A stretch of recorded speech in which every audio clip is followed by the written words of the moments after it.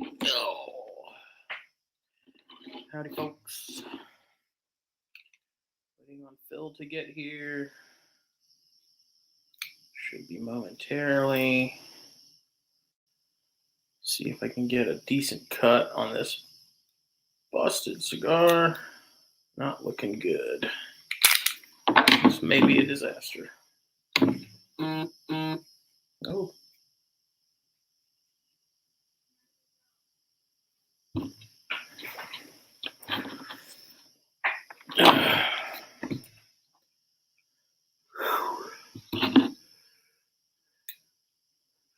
Hey.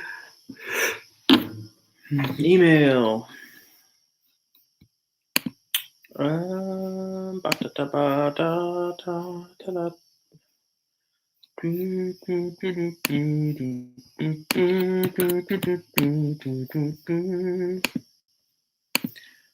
What's up? How we doing? I'm waiting on Phil to get here. In the meantime, sharing.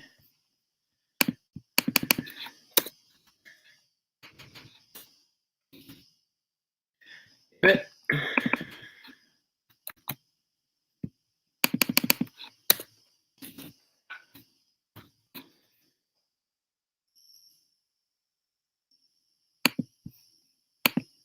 Still no Phil. What are y'all up to?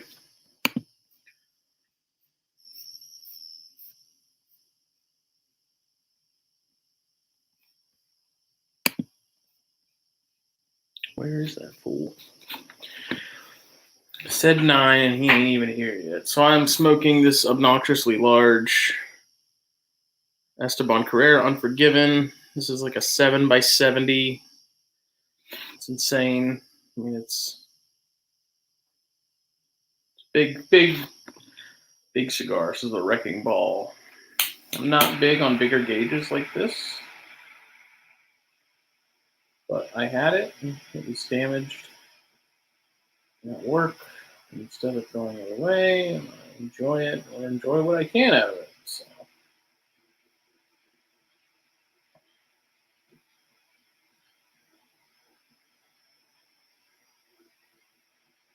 Attempting to stay sane. Right there with you, buddy.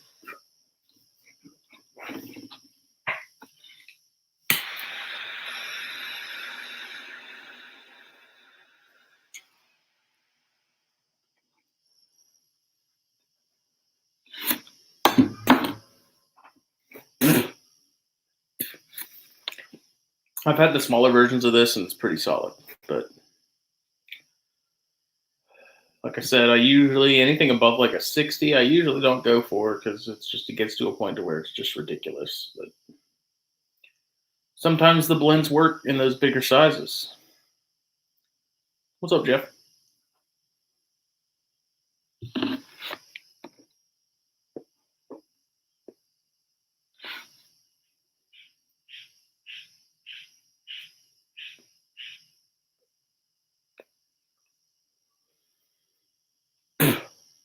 Man. Aha! You've been live for 3 whole minutes and 50 seconds? Yeah. Crazy, man. Crazy. Still plugging in. Oh, there's a giant ant on my foot. A giant flying ant. Be gone, demon. It's freaking carpenter ants. Taking over. Yeah. Oh, shit. Did I just break this chair? Yeah.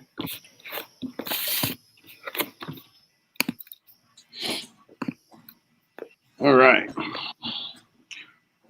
All right. Here we go.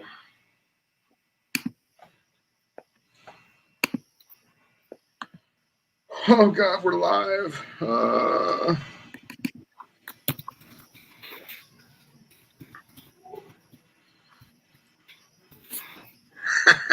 Nice, Sean. Nice.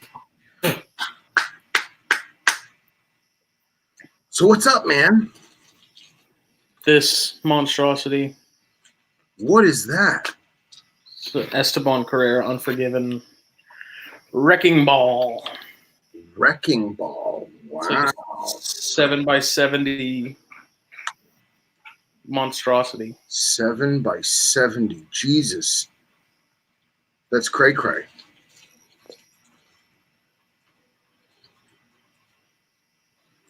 So, what's up?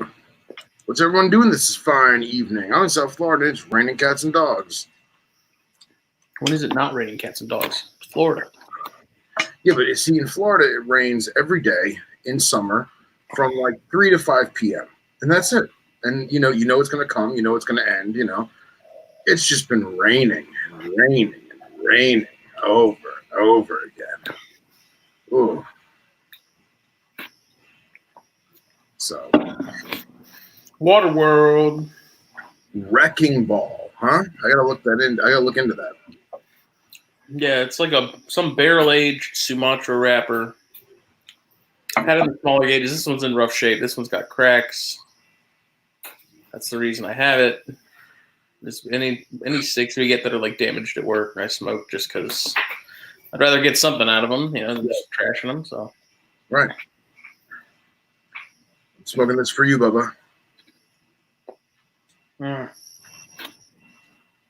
I'm jealous. For you. I can already tell this is not working. This one's called the band just says Jericho Hill, but I'm pretty sure this is the Willie Lee or Lee Willie. Mm-hmm. Is it Willie Lee? I don't remember. It's been so long since we've had those. I got you. It's been years. Well, I'm hoping that it's going to be delicious. Have you not had it before? Not this one. Oh, okay. Not the Willie Lee. So, and yeah. So making sure that nothing's going to go on the computer. I got to do that, and then I got to do this. I got so many cords outside, and it's raining. All right, do not disturb is on.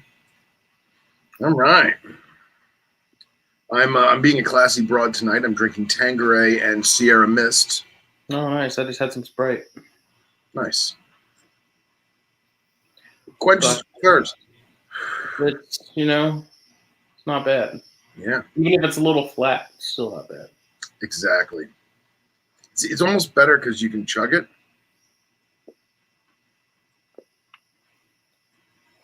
What's everybody doing tonight on this fine Sunday holiday weekend? How are the perps doing? The perps are, they're healthy. They're stressed. So obviously, I don't know if I told people, but I got the wrong tubs because apparently this time of year, everyone and their mother has to buy tubs from Target. And the Sterilites that I like with the gasket, that's the only place around that has them. So I went to 3 different Targets looking for the gas. What's that? Jeez, I didn't even know you have 3 Targets nearby. I have 3 Targets within like 5 miles. Really? Yeah, man. Dude, it's Broward County, man.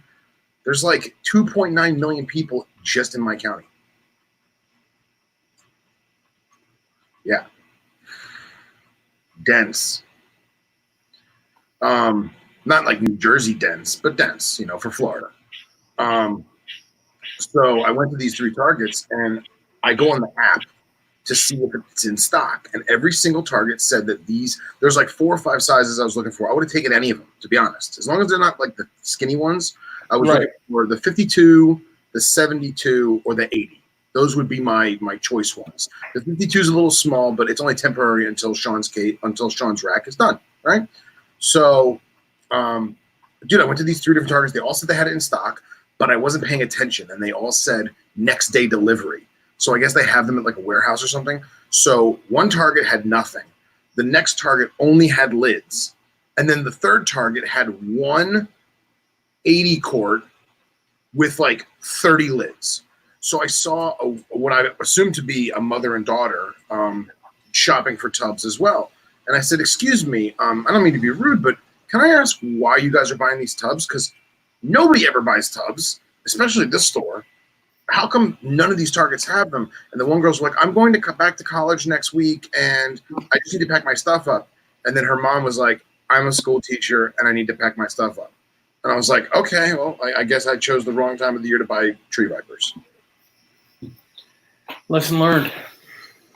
Duly noted. Serves you right. Right. How So dare you shop for tubs? Right. Yeah. So I got a hefty. What do they call them? They're like really weird. I don't know if they're for like cereal or something. They're really long and tall, with like very little surface area. Which I was like, all right, this is fine because I'm gonna punch a bunch of vines in there, and then the Trimerceros will go up in the little canopy. So I threw some Jungle Mix down there. I give them a big giant water dish. I have my air holes already put in. Everything's going good. I go in the next day to make sure that they didn't get out because I wasn't quite certain about those hefty tub lids with the little clicky clicks. Mm-hmm. They all are sitting on the floor, and there is literally dirt smeared around the entire perimeter walls of the tub. The water dish is filled with dirt, and all I could think of was, what the hell were they doing? Like, I'd never seen that before. So I left them be. I didn't open it or nothing. I just left them alone, and I honestly haven't looked at them in like 2 days.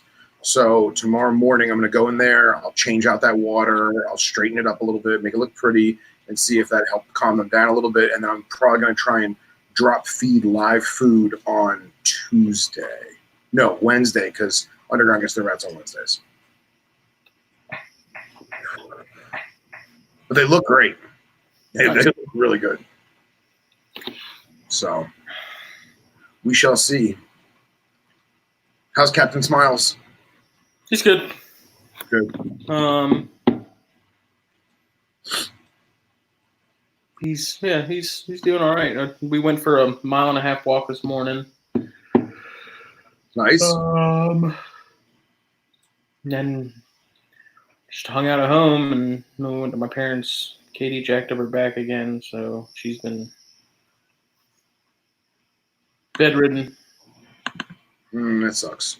It's a weird day. I didn't get caffeine very early in the day, and so like today I've just been a zombie, and then I got water in my ear at my parents' house in the pool, and so now I'm all like discombobulated and can't hear out of my right side, which happens a lot whenever I swim.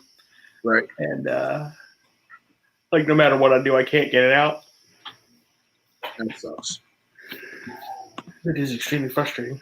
Have you tried putting a drop or two of rubbing alcohol in your ear? I've done it before, and it didn't really do anything. Okay.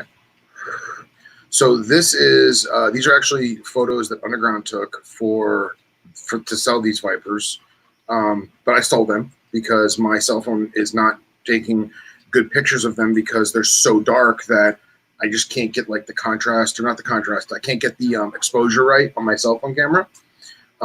So that's one of the females, and I just love that picture, man.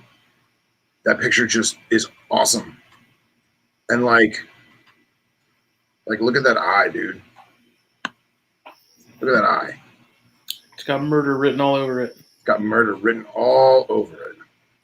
And then zoom out. Can you still see it or no? Yeah. Okay. All right. Well, I'm trying to. All right.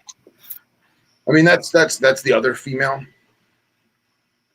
I mean, I think that they need like 2 or 3 sheds, and they'll be tip top. You know, that's nothing. So this is how I have them set up now. This picture is deceiving because there's actually like 5 times as many vines in this tub, just like stretched out all over them. And I took this picture just to show the basic like quarantine setup. Yeah, I think it's gonna go, dude. I think it's gonna go good. And here's that hefty, which I'm gonna. Oh yeah, I've used those before for like dubia colonies, like small dubia colonies and stuff. Okay, so yeah, it's only until Sean's rack is done, and then like obviously this label sucks. I'm gonna get real labels and I'll put Danger Venomous Reptile on the side and make it all kosher, So yeah, that's that. I'm excited, man. I'm really excited. God.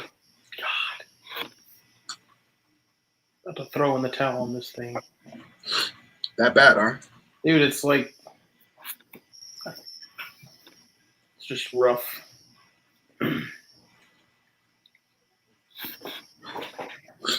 Backup smoke. Cigars ain't no fun when they're a workout. You know? That's definitely true. When it's a chore, Yeah. it ain't enjoyable. Right.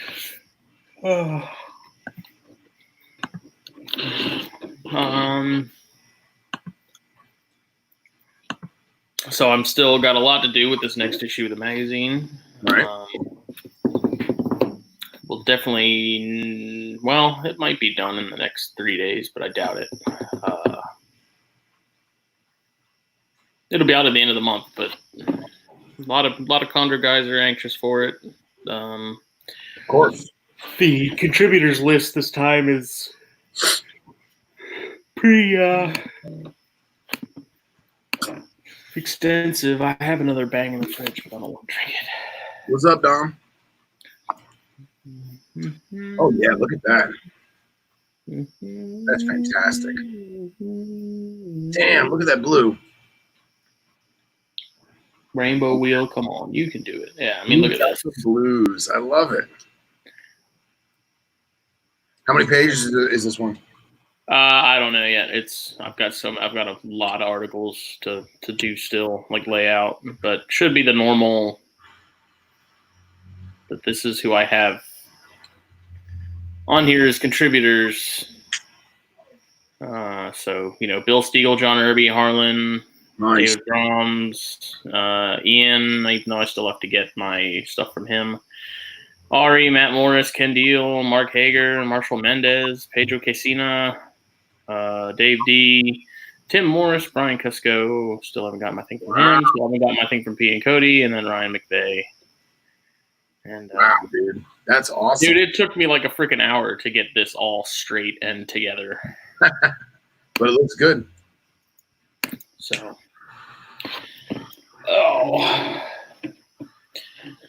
yeah, there's going to be the Andrew Ayman memorial piece, and then there's going to be a Forrest memorial piece, and those I'm like most nervous about because I don't want to screw them up. Like I want it to be really nice. I don't want them to be just here's what his people said about him. Right. You want it to really reflect how everyone feels and reflect the wonderful person that they were. Just want to do it right. Yeah.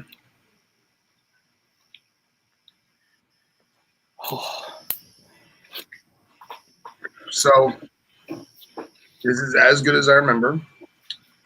I'm really choosy on these box press, man. I don't know if it's the way that I draw or what, but like some box presses are just not for me. I'm gonna let this one get hotter. I'm gonna let this one smoke a little more, but as of right now, first impression is kind of meh.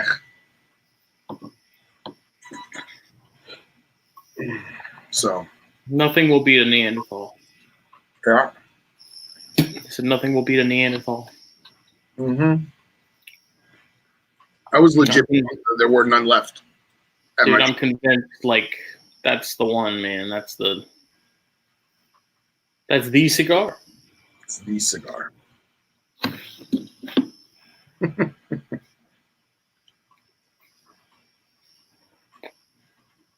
What's up, Joan and Brad? What's going on? So I was telling you that you called me this morning. I was watching that video that Troy Goldberg did on the Renarium supplements for dart frogs. Mm-hmm. And I was feeding today. And I've been thinking about it a lot lately, just ever since it was brought up from that ConjureCast episode with Ian and David. Right. Like the whole supplementing rodents thing and why. Well, a bigger question is how is there not a Dart Frog podcast in 2020? Like, how does that not exist? It blows my mind. Maybe you should dump them green trees and go for the little squeaky frogs. There was a point in time where I had seriously considered doing a Dart Frog podcast. That was when I was kind of fairly new to him, and I didn't want to be like, new guy start a podcast. You mentioned that to me. I remember that. Yeah. I'm still not completely over the idea of it. I say do it, man. I say do it. Dude, I've met some snake people that were not friendly in terms of like sharing wisdom. I won't even call it knowledge because we can gain knowledge in a lot of different ways. I'm talking about wisdom. I'm talking about being around the block. There are some snake dudes that are not eager or willing to share wisdom. There are some turtle dudes that are not going to want to share wisdom. And there's a ton of like python guys that don't want to share wisdom. And they may appear that they do and they don't. Gecko guys are the worst. I won't lie, man. Dude, every gecko guy I talk to on Instagram, on Facebook, they're wonderful dudes. They're great. But nobody wants to give up trade secrets. No one. Not in the gecko community. No way in hell. There's a knobtail group on Facebook, Knobtail Genetics and Diversity or whatever. And I realized that no one ever posts on it. And if they do, they're in Europe. Because the guys who want to swap geckos for genetics, they're already doing it. They're just right. Like anyone. They have their circle. So, but my rant goes to, I have yet to meet a dart frog guy or gal who wasn't more than willing to be like, yo, I messed this up. Check out how you do it right. Dude, one of the local guys that comes to Underground, was a huge dart frog breeder, and he got sick and he kind of got out of frogs altogether. But dude, I asked him a simple question. A simple question was like, what did I ask him? I was like, hey, on your Phyllobates, did you do the traditional substrate layers, or did you do like a thin layer of like that fake green moss on top? Because at the time I had a friend that was doing a bunch of Terribilis, and he was like, actually, I did X, Y, and Z for my Phyllobates, and dude, that spawned into an hour-and-a-half conversation standing in Underground retail store. And like, this guy doesn't even know my name, and he was just being nice. So I think that if you did a Dart Frog podcast, I don't know shit about frogs. I'd listen. I don't have the time, man. I'd love to do it, but yeah, but no, I'm not being rude, but you don't do the CondraCast once a week. You don't do the CondraCast once a month in some cases. You do the same thing with the Dart Frogs. Do it every other month or whatever. Just have fun with it. Well, I mean, the nice thing about it is there's more than enough groups of frogs, like genus, to cover. To fill up episodes. There's more enough people who are working with certain species and whatever to cover them. It's not from the lack of content, that's for sure, or subject matter. Sure. But I don't know. It's just getting to the point where I kind of know my limits as far as what I'm willing to take on. You know how much you can bite off and chew comfortably. Yep. Okay. So I don't know. I just said it's something I've thought about. The CondraCast. It's not gone. It's just one of those things where it's like I'll get to it when I get to it. Yeah, I didn't assume it was gone. I just assumed that it was a every couple months, every couple weeks kind of thing. Well, originally I was going to do like once a week, and then as it went on, I was like, I'm running out of people who are A, willing to come on, or B, that I want to come on. Right.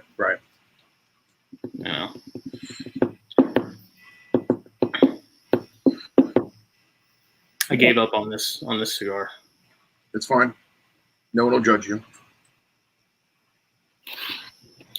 I'm actually, you had mentioned in the podcast when you were talking to Mark, which by the way, great podcast. Mark's awesome, man.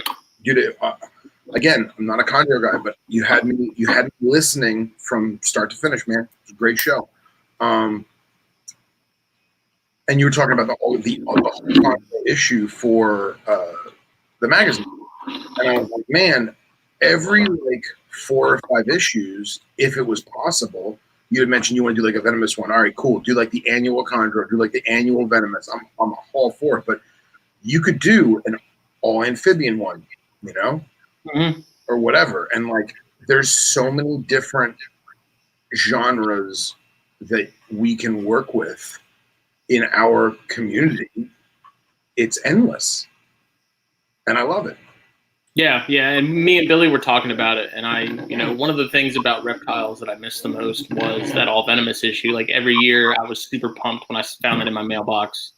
Yep. And then for whatever reason, I'm assuming it's just for liability reasons or something, they scrapped it. Mm-hmm. I want to say it was, I think, post them getting bought by that bigger publishing company, and that was probably one of the first things to go when they got bought out. It was like Harris Publications or something? Something like that. I feel like they probably got it and they're like, oh, an all venomous issue? Hell no. Put as many disclaimers as you want. Not playing that. Yep. But it was just awesome stuff. And so I want to bring that back. Billy really wants to do an all vivarium issue, which I think is really cool. Plants, substrates, frogs, whatever. All of it. So we're definitely, I don't know if we could do an all chondro issue every year, because at some point you are going to run out of things to sort of cover. But it is cool to like once a year plan out like a hyper focused issue. Sure. And oh yeah. Maybe like the venom, there's enough venomous stuff to where you could do that once a year. Right. And then Vivaria do like a one-off, and so we've talked about it. There's a plan for it. Love it. I talked to you. You know how we have that issue with Picho with the order an issue, send an issue. That needs to be revised prior to this month's drop. It is. Okay, cool. So this issue, they have a template. MagCloud has a template on their website that you can download and put in InDesign that has all the bleed and margins mapped out already. Nice. So I downloaded that with this issue, and I've been working with it. And it's not nearly as tight as I thought it would be. Okay. Like, how I was really worried that everything was going to get really scrunched up. That actually really hasn't been the case, fortunately. So I emailed them and asked if there was an option, like if there was some way you could automatically put in these specs for previous issues to put the back catalog up on there, and they said no. So those will still, the first 7 issues will still be on Picho, but moving forward, I want to have them move to MagCloud, and then maybe down the road, I doubt it, adjust, because I'd have to go into all the previous issues, adjust all the margins, adjust all the bleed, adjust every page, make sure all the text is in. Like, I'd have to literally go through and resize every single thing in the magazine. And obviously with 7 issues, that's a lot. That's a lot. And I still have like 4 issues of the magazine to put on the website as far as articles go.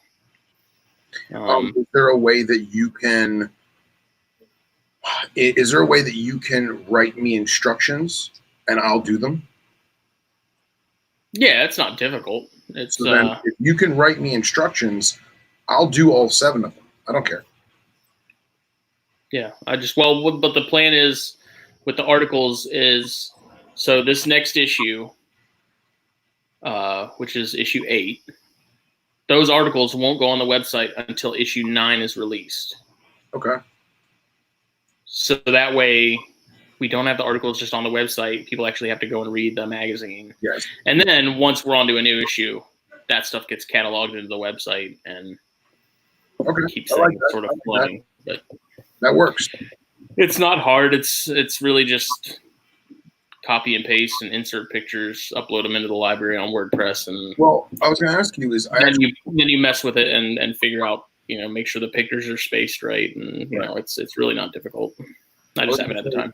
Somebody wanted a bunch of friends from high school started a group chat recently, just because some pictures of all of us surfaced on Facebook. Like, 15 years ago, however long it was. And somebody, it was like 4 or 5 of us in a group chat. They're like, oh, what are you doing these days? And then like somebody was like, oh, Phil's writing for a magazine. I was like, oh, yeah. So I went onto my email. When you send me executive contributor.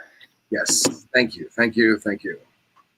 I went into my email and you sent me the PDFs of all of my articles. God bless you for doing it. I love it.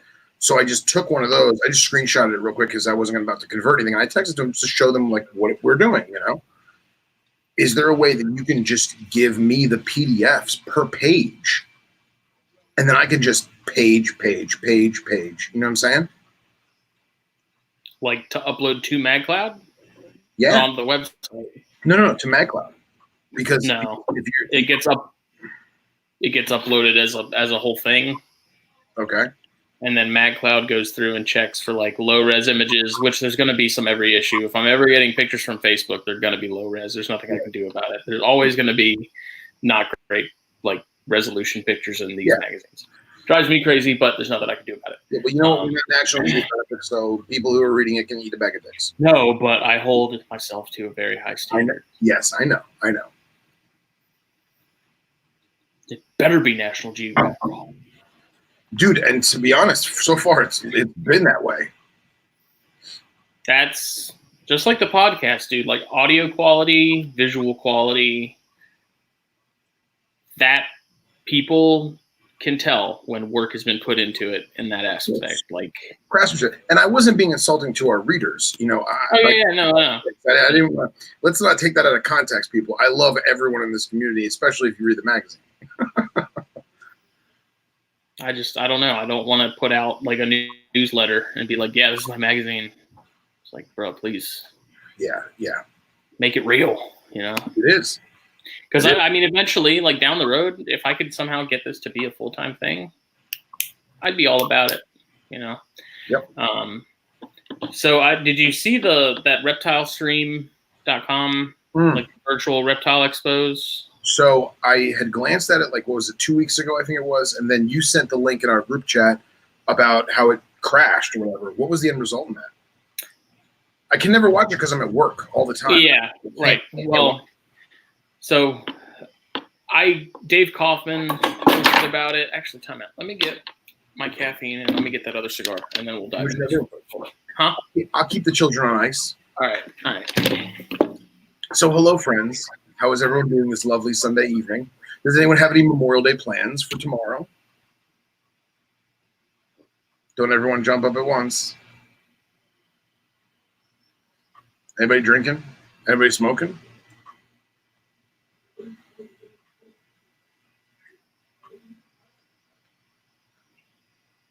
I went out into the cane fields of Palm Beach County yesterday, and despite our atrocious weather, I ended up catching 2 pygmy rattlesnakes. One of them was absolutely adorable. It was literally the size of like a cocktail straw. It was so tiny. I got a great little sunset picture, which I will actually share in case people aren't following my Instagram. You can see this adorable little baby rattlesnake. See my sunset heart hands. The picture doesn't do it justice because now let's see if Justin's listening. We can. Yeah, you really can't appreciate how small it is from that picture. It doesn't look like a tiny, tiny pig. It looks like a regular sized pig, which is still tiny. Yeah, and that picture was super hard because I won't lie, I had to get uncomfortably close with my cell phone because I don't have a real camera. I'm not a real photographer. And I took so many photos trying to get the sunset because the ball had just gone down past the horizon. I was like, no. And the pygmy's like, what the hell are you doing? But I actually took a picture of the hook. Here, let me do this real quick. Of it in front of the hook, just so that people can get an idea of scale. So that is I know it's deceiving because a hook can be a bunch of different sizes, but that's a 3-inch gap in the hook, or maybe 4-inch. It might be 4-inch, but it was a tiny little booger. Super cute, flapping his tail like a dog, wagging it, telling me he was like a perp. Like a perp. Or as Dom would say, my broken rattlesnake. Got a bang, boy? I'm in a fog, dude. I need. Have you seen the Wake me up inside. Huh? Have you seen the sport beans from Jelly Belly? Yes. Oh my God. My friend calls them magic beans. He brings boxes of them to my work. They're the greatest thing in the world, dude. And for those of you who don't know, they're jelly beans with caffeine. With angel dust in them. Straight PCP.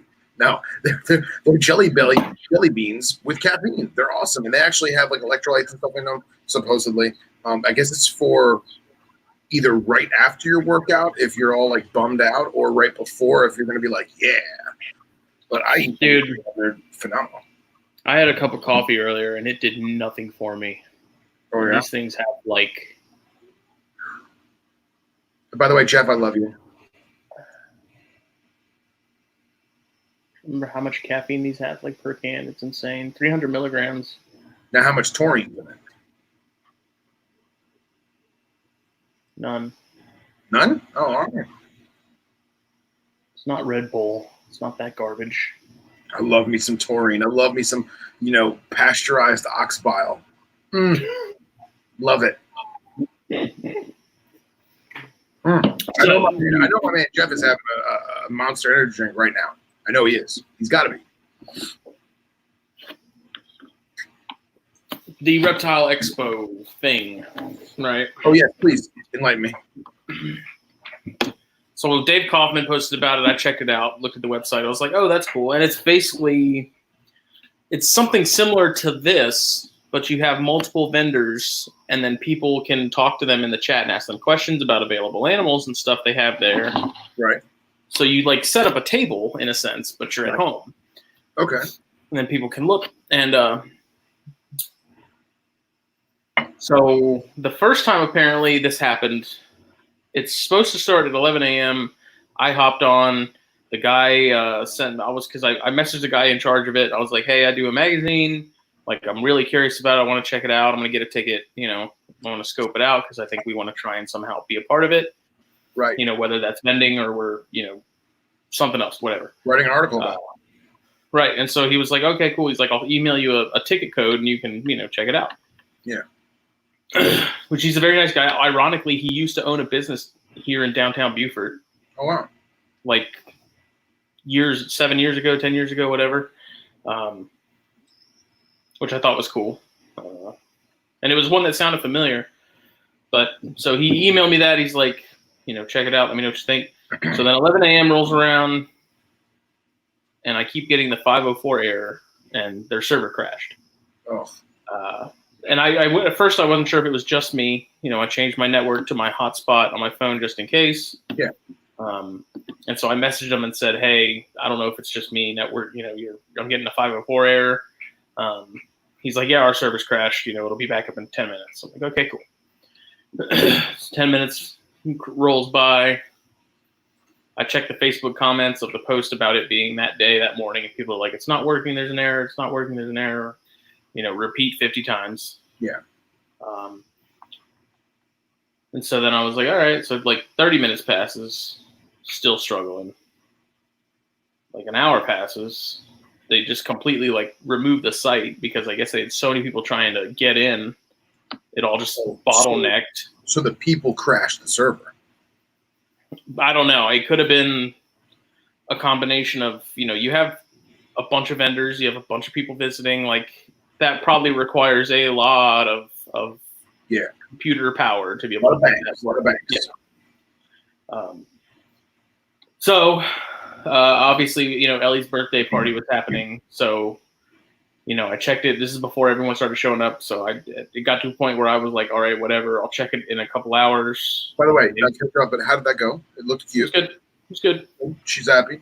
Yep. Good. She got a trampoline. So. Oh, nice. So the way it got to a point where I just kind of gave up on it. I didn't have time to check it out. Apparently, reading the comments on Facebook, this happened the first time they tried to make it do it. And this was the second? Yeah, I think so. Yeah. So it's not good because people are going to start just jumping ship and saying, I'm not going to bother. Right. I'm still going to check it out. I mean, I'm still interested in it. It's, the ticket code I got didn't work, which was kind of funny. I bought a ticket and then it was like, we'll email you login information in 2 to 3 minutes. 20 minutes later, no email. Email never even showed up. So it's like, okay. It was, I don't know. I mean, I think they're still kind of trying to iron it out a little bit, which I'm of the opinion they probably should have done that before they launched it. Yeah, I mean, every performance do a beta or something. Yeah, I was gonna say every performance on Broadway has rehearsals and dress rehearsals. You know what I'm saying? Purposefully try to overload it, see what's too much. You know. Yeah. But I mean, it's pretty neat. It sounds like a good thing. It's a good way to interact. You know, I told the guy, I was like, I wanted to know A, how it worked, and B, I was like, we don't really have anything to sell. We're just a magazine, but we're trying to interact with people. Get the word out. It's like vending a show without vending a show, and it's like $50 for the basic table, which is nothing. Yeah. So I don't know. Definitely gonna try it out. Just gotta get it working. So. Yeah, I like what Sean said. It's like QVC for herps. Yeah, and what's weird? What's your opinion on this? Because there was a guy there was like two people that left reviews on the page. They're like, "This is a ripoff. You guys are taking advantage of people during a pandemic." Like, was it fucking wartime profiteering? I was like, how? A, no one's forcing you to buy a ticket. B, right. Some people don't have an option. Yeah, and honestly, the best thing we got right now. And if it goes off well, there's still going to be reptile shows, and they can still do the online thing. Because like a guy like me, I work every single Saturday, and some of the Repticons, they're not even open on Sunday down here. Yeah, they're 1 days. Right, or it's not worth it because half the vendors are far away and they got to leave and go home. I go down to the Pembroke Pines one. Is a beautiful venue. It's a good show. I mean, it's probably the size of like 2 high school gymnasiums, maybe. And it's got a good amount of tables, good amount of booths, good amount of variety. It's not a bunch of tchotchke crap and beef jerky. It's good. But I get there and people are packing up early. And like, you don't see that in places like Daytona and Tinley because it's a crime to do so and you'll lose your spot and they'll fine you money and everything else. I get that. But like, I'm screwed because I work weekends. So like for me, going on an online thing, that would be awesome. Awesome. Well, it was really irritating too because there was people in the comments. They're like, "Are you guys going to refund us because it's not working?" And it's like, it's $5. Yeah. You spend more at Starbucks every morning. Yep, on your double mocha venti crapola. Like I spent $5 on a ticket when I was sent a free one. I'm not going to be like, "Hey, give me my $5 back." It's like, if this helps, get it working. Yeah. Take it, Not a problem. And at the same time, $5. The $5 is obviously not enough to cover the legit expense of it. Let's be real. Time is money. Well, and I think between vendors and attendees, it's really not that. Right, but you're supporting the whole thing. How many times have I gone to a reptile show and I paid money to go, and I haven't bought anything? Or let's say I go to a show and I bought a T-shirt from this guy, I bought a T-shirt from that guy, maybe I bought a bag of bedding from somebody, and I didn't buy an animal. You know what though? I'm still supporting the show. I'm still supporting small businesses. Like, it's $5. Come on. People are cheap, dude. Yeah. And then people are like, "I got a little kid waiting." It's like, okay, we all are, dude. Like, there's people's like situational awareness is just unbelievable sometimes, dude. Yeah. Yeah. Like, you ever notice the guy that's the loudest and complaining about having to wait is always at the back of the line? Mm-hmm. Yeah.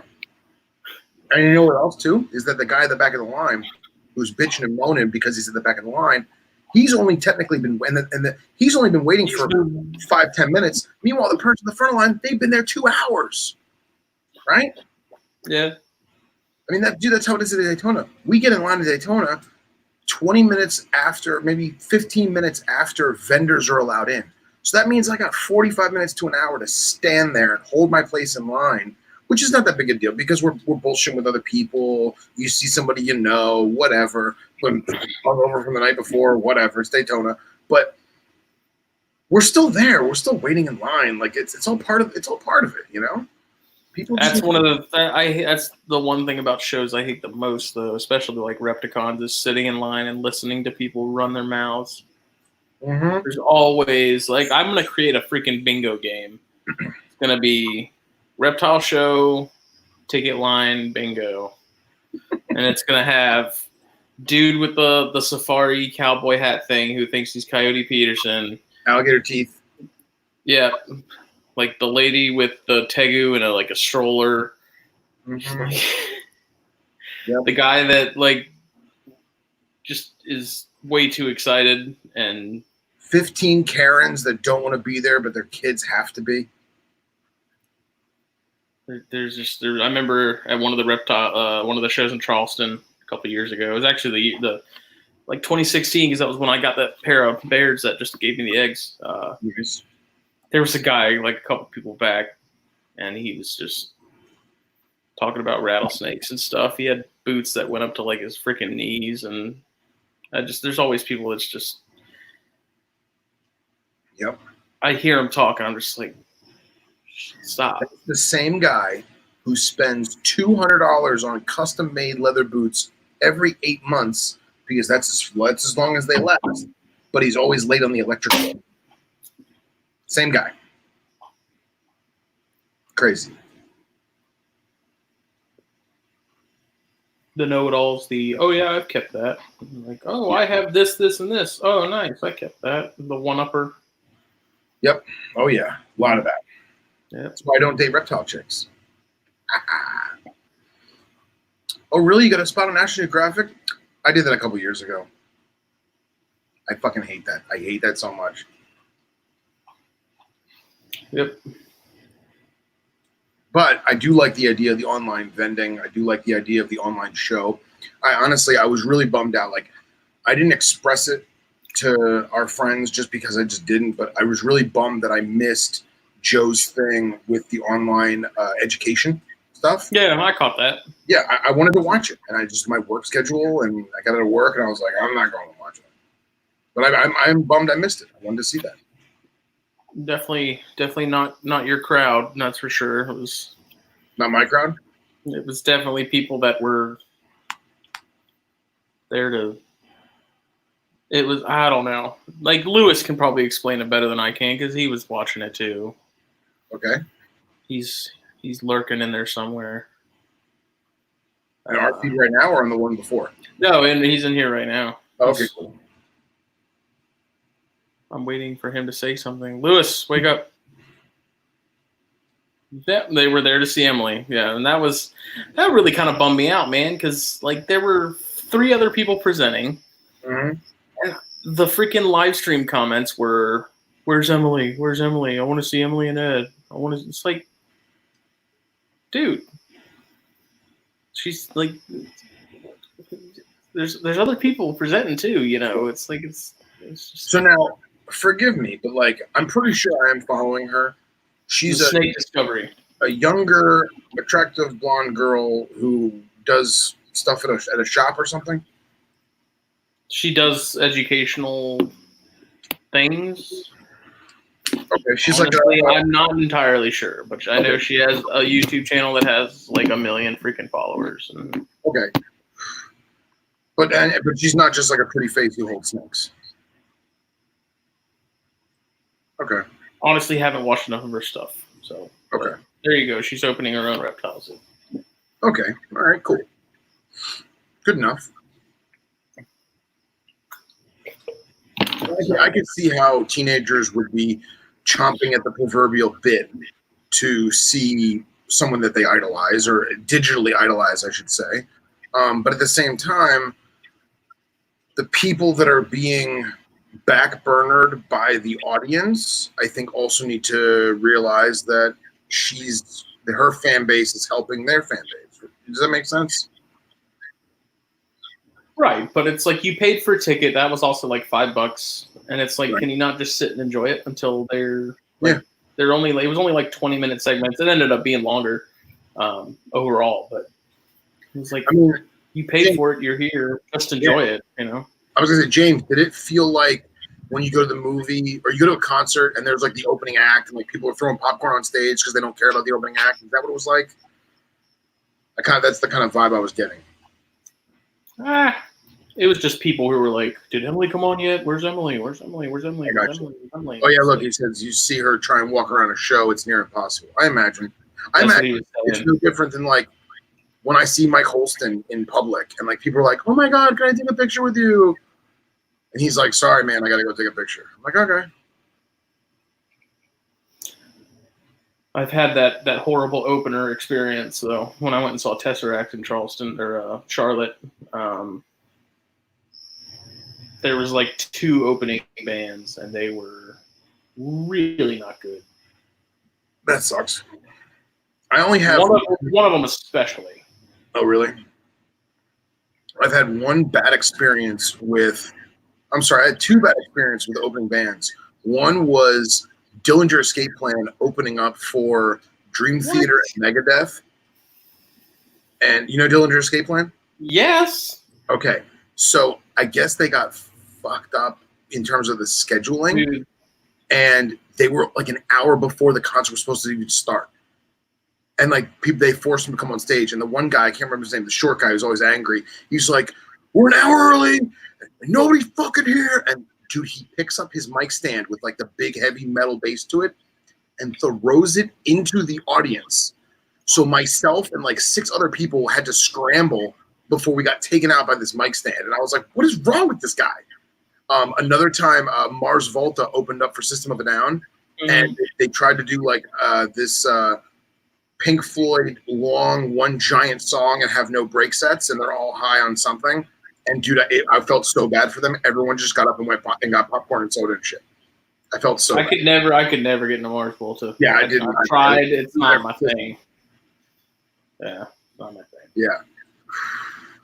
But when I saw Me Without You, Appleseed Cast opened for them, which is a band that I do like.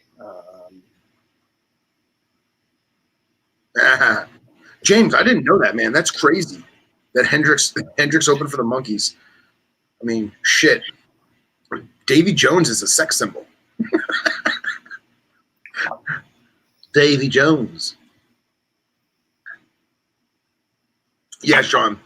I don't mind their music, but it was rough because like I love Pink Floyd. I'm a huge Pink Floyd fan, and everything before Division Bell, FYI, everything before Division Bell.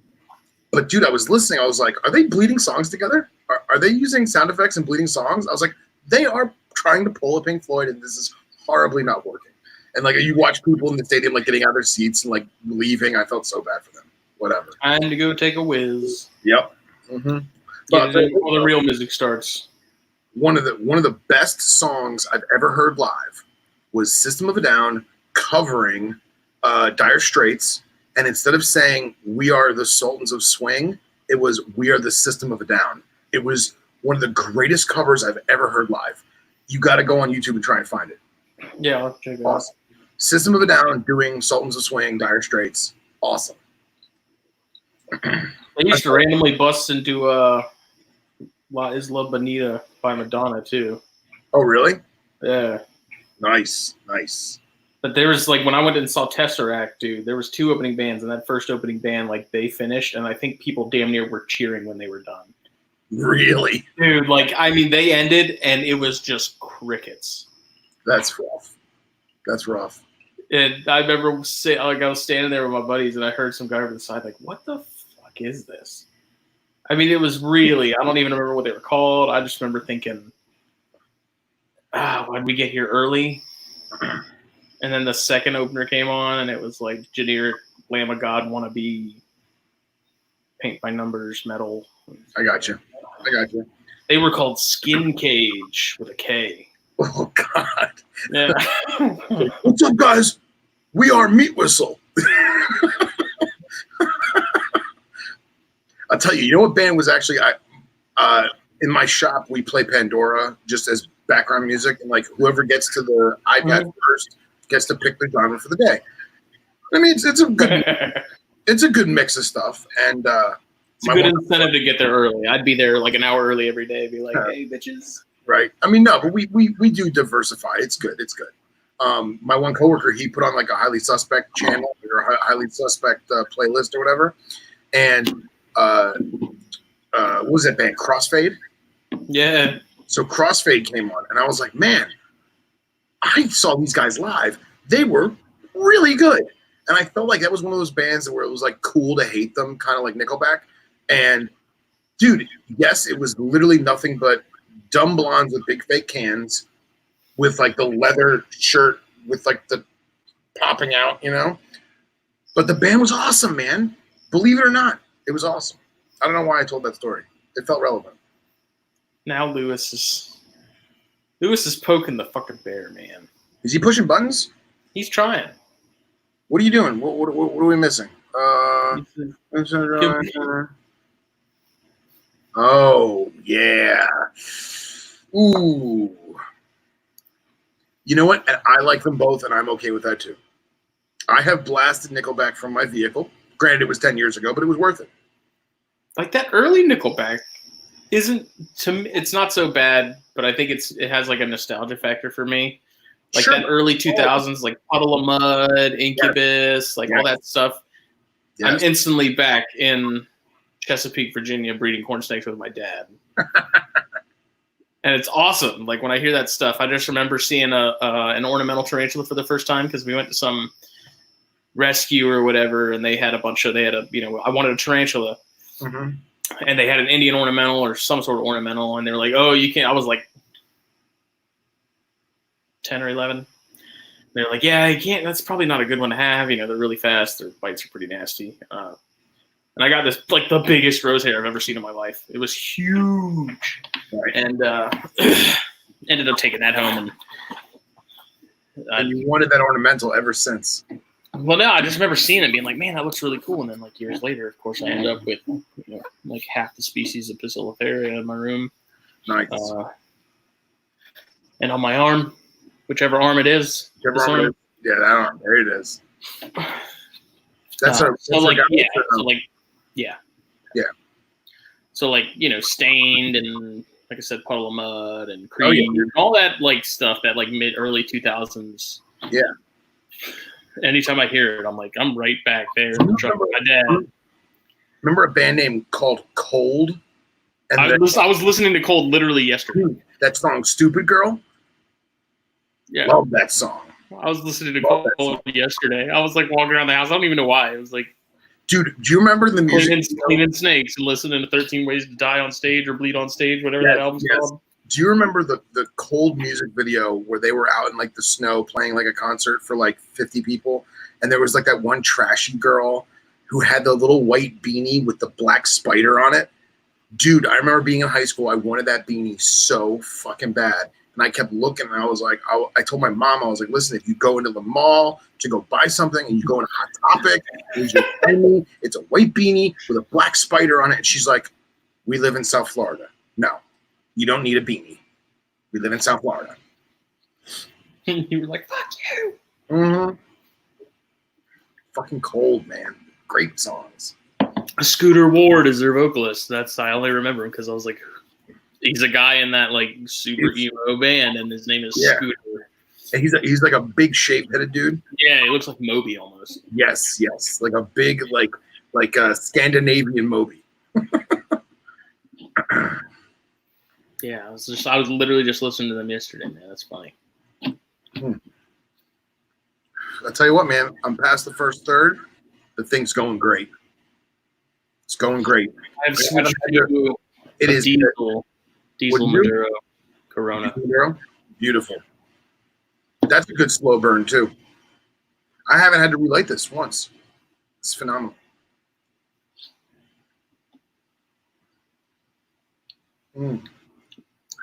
Caramel. Mm-hmm. Caramel. Caramel. But what do you think about supplementing snakes, dude? I think that it is a brilliant idea, but I think that it is a slippery slope. I think that you have an animal that is designed to ingest particular nutrients from the wild, however it may be, whether it be natural sunlight and vitamin D regulation, or it be from straight up, minerals and nutrients from the animals that are eating wild things in the wild that give them the nutrients and chain reaction. I think it's brilliant. However, I think that it's too early in the game to just be dipping large rats in Pangea to feed to an adult snake. Does that make sense? Yeah, but I don't agree with it. I mean, because here's the thing. The vitamins and minerals and nutrients I think are great. But what about all that other fruit shit that's in the crested gecko diet or whatever? And now you're giving an animal fruit-based or plant-based material that it wouldn't normally be eating. And yeah, I mean, we can always have the hypothetical of like, well, it ate a rat and the rat had a belly full of grain and now it's digesting the grain as well. I get that, but I don't know, man. It's tough. I think in the context of nutrient poor, right? Like it's not a bad idea. I don't think if they came out with a supplement similar like what we have for dart frogs, and they were like, yeah, just you coat the back half of the mouse in it, or it's something you inject, whatever, orally or through a syringe, whatever. I'd be interested to try it. Good night, Sean. As long as everything's in a Godspeed, you poor bastard. If it was something that was available and all the vitamins and stuff were in a safe ratio where it's beneficial, but it's not gonna, they're not gonna OD on it. Not that that's a very common thing to be able to OD on most vitamins, anyways. But yeah, I'd be interested to try it. I think it's like for my female bears that just laid. I've been dusting her mice with Calcium Plus from Repashy. And that's just to give her a boost in calcium, because everything I've read about breeding bears, it's like, make sure they're getting calcium, make sure you're supplementing. One of the articles I read, I think it was there was an issue of Reptiles that came out in like 05, 06 that had an article on bears. I bought it on eBay. It's in my closet. And they talked about taking calcium gluconate, which is basically like liquid calcium, and putting in their like half a cc in their water bowl. Which to me didn't really make any sense, because it's like you put in the water, well, it's going to dissolve and it's going to break down and it's going to be pretty much useless. So it's like, what's the point? If anything, those molecules are going to settle at the bottom of the bowl, or even settle on the sides of the bowl. I don't even think they get that far. They didn't even get that far. In a big water bowl, it's just going to dissolve and disappear. Like it's probably not even going to. But I don't know. That didn't seem to make a whole lot of sense to me. I think the dusting of the back half of the mouse seems to make a little more sense, and I haven't had any issues so far. And you saying dusting the back half of the mouse is makes a lot more sense to me than what I had envisioned in my mind. So like what I was envisioning in my mind was, if you were to take, and this is me being stupid and not being educated to the topic and just going off what I'm imagining in my head. If I was to take 2 cc's of crusty food that has all the fucking bells and whistles in it, and I was to squirt that in the rat's mouth, the dead rat, squirt it in the dead rat's mouth, and then feed it to the animal, that's cool, because that's simulating what it would have had in its gullet or in its belly or whatever. If I took the same 2 cc's and squirted it on the rat's face and then fed it, it would be the same thing. But for me to soak that rat in 30 cc's, I feel like that's too much. I feel like that could affect the snake's digestive system, in which case it might regurgitate, or it might have loose stool, or you know what I'm saying? You don't know what bacteria is also in these mixtures. It may have an adverse effect on the bacterial level, kind of like when you take activity when you got to take a crap. You know what I mean? Any kind of probiotic, so to speak. Here we go. That's nice. James's awesome solutions. He's on a roll tonight. He really is. But yes, Andy, gut loading does make a difference. I think what you feed your feeders makes a huge difference. That's my complaint. My complaint with I get my mice. My dad breeds mice for all his stuff. So usually what I have is from him. He doesn't feed his stuff the greatest of diet. So I mean that's the thing is what's better, a rodent that's on rodent block, or you look at my man Kyle out in West Texas, who gets all natural grains and shit from the wild and feeds that to his rodents because that's what his lepidus are eating. He takes to what I would consider a very unique and healthy extreme, and I'm envious of it because I don't have the gumption to do that. But I see your point entirely, and he's right. But what Brahms was talking about, though, with the Pangea is the same thing I did with the calcium supplement. Like, literally a light coating on like just above, like where the hips, I guess, would be, like just above the hind legs. Right. Just a light coating, and that being it. It's definitely not like James was saying, egg bath, like completely and now tossing it in supplement and then feeding it. It's like it's making sure it's coated all the way around in a decent coating. Yeah.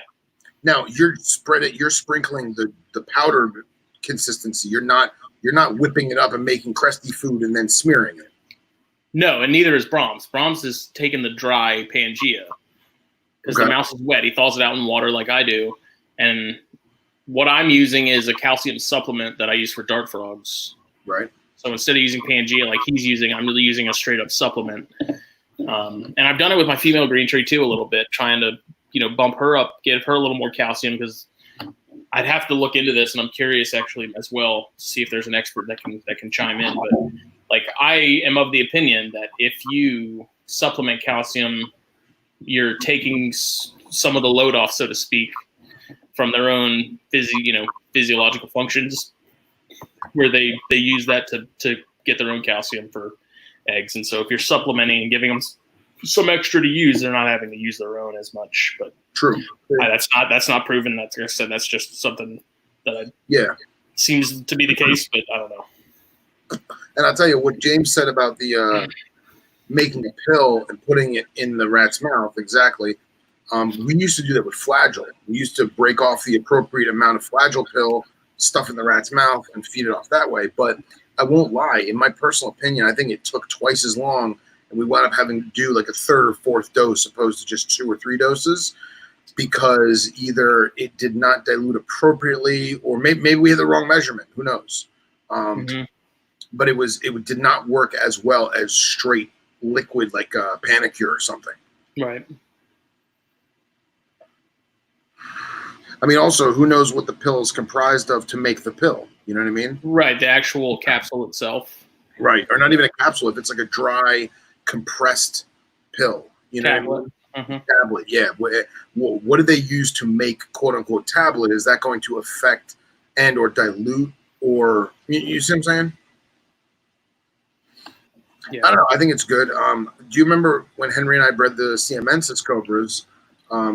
That female took a medium rat right off the bat. And I was like, awesome, great. Well, I never mentioned it, but she threw up then like 2 days later. Nice. And she was just weak, and that was my own fault. I should have known better. So now for the past 2 months, we've been gel capsules a good idea, man. That's actually a good idea. For the past 2 months, we've been feeding her rat pups. Instead of giving her one medium rat, I'm giving her rat pups. And she's housing them and keeping it down, and she looks great. She does. I have full confidence that she's perfectly fine. But are you cutting the mice? What's that? Are you cutting the rats? No, I'm not. I think here's another theory of mine. They're alive, so I'm not going to do that. Oh, okay. Yeah, they're alive. I have another theory with the whole cutting thing. Okay. And I don't feel so crazy on this one. But I think if you're cutting mice for adult, like breeding females, I think, because we already know it benefits younger animals. Right. But I'm thoroughly convinced that it benefits breeding females and adults, especially if they're like malnourished or, like I said, if they're breeding. Right. By cutting that, you're helping them get to, just like the smaller stuff, you're helping them get to all the nutrients they need, all the bones, all the God damn it, Lewis. All the things that they get the most out of the meal, basically. Right. And so I do wonder if you had 2 females and you only fed one like uncut mice and then you had another one that you fed cut mice, if you would get any sort of difference as far as like fertility, the eggshells, are they fully shelled? Are they, is there a clear sign that they're not fully calcified? It'd be interesting to see, but I think that it benefits the females as well as the youngsters. Yeah, and I mean, I make jokes about it. They digest it so much faster. But it honestly makes so much sense. It really does.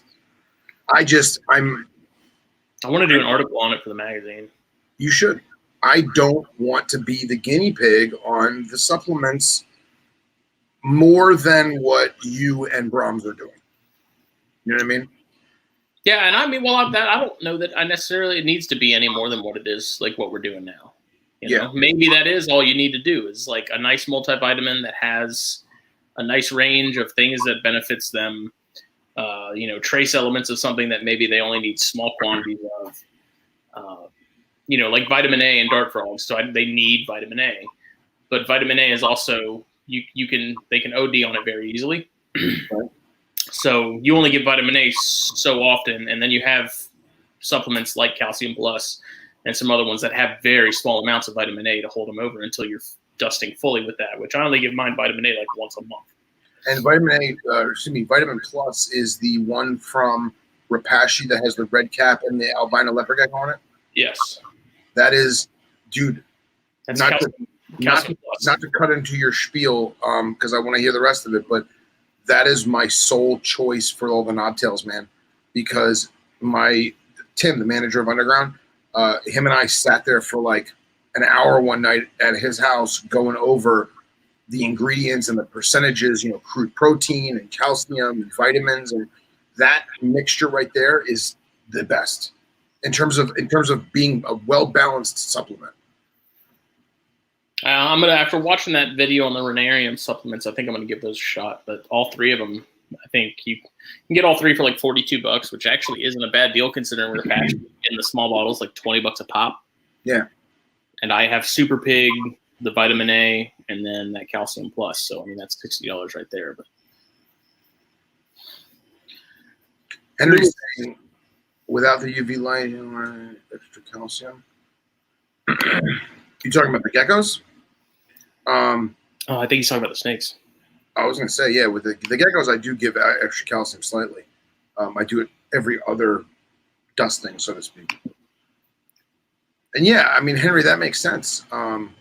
It does. But at the same time, I do it because it's hot. I just look at it this way, too, is that we don't know the composition of the prey items in the wild. It's never going to be the same. It's never going to be the same. Every individual animal is going to be different. You know? And now, all of a sudden, we're assuming that their digestive system is doing one thing or another. You know, we counterbalance the lack of calcium and the lack of minerals, but at the same time, we're fucking up the GI system and giving them the shits. You know what I mean? I don't want that to happen. I'm afraid of that. Well, the thing, what Lewis is saying is, you know, without UV, do you worry about that they can't use the extra calcium? The answer to that is no, because if I'm using a multivitamin, they're getting it. Well, no, I'm almost positive. Like, in order for calcium to be absorbed in lizards, especially, there has to be the right ratio of phosphorus to calcium. Right. Because without that phosphorus, the calcium doesn't get absorbed as well as it should, like Lewis is saying. Mm-hmm. So with that multivitamin, I'm going to look it up right now because I'm actually curious to see what the percentages are. Yeah, I don't worry about a lack of. Like if there's a carrier like phosphorus in there to help them absorb that calcium, then I'm not as worried about it. But if it's just straight calcium, then that's something I'd be a lot more sparingly. Right, like for example, so some of my geckos, they don't ever see any kind of light at all until I open the drawer. And I would never overdose them with D3 because they're not going to be able to process it appropriately. At the same time, they're a nocturnal species. So are they making their own D3? You know, there's that whole thing about, leopard geckos make their own D3. Certain terrestrial geckos make their own D3. You know, what's the giant ground geckos from Africa that are eluding me? And I've had them. No, chondrodactylus. So there's a theory that chondrodactylus, because they're solely nocturnal, they produce their own ample amounts of D3. But now at the same time, if you dust stuff and you're adding more, are they still going to be able to process that? Or now you're going to have a renal metabolic bone disease because there's an overabundance of calcium that they can't factor out, and now their kidneys are going to shut down. You know?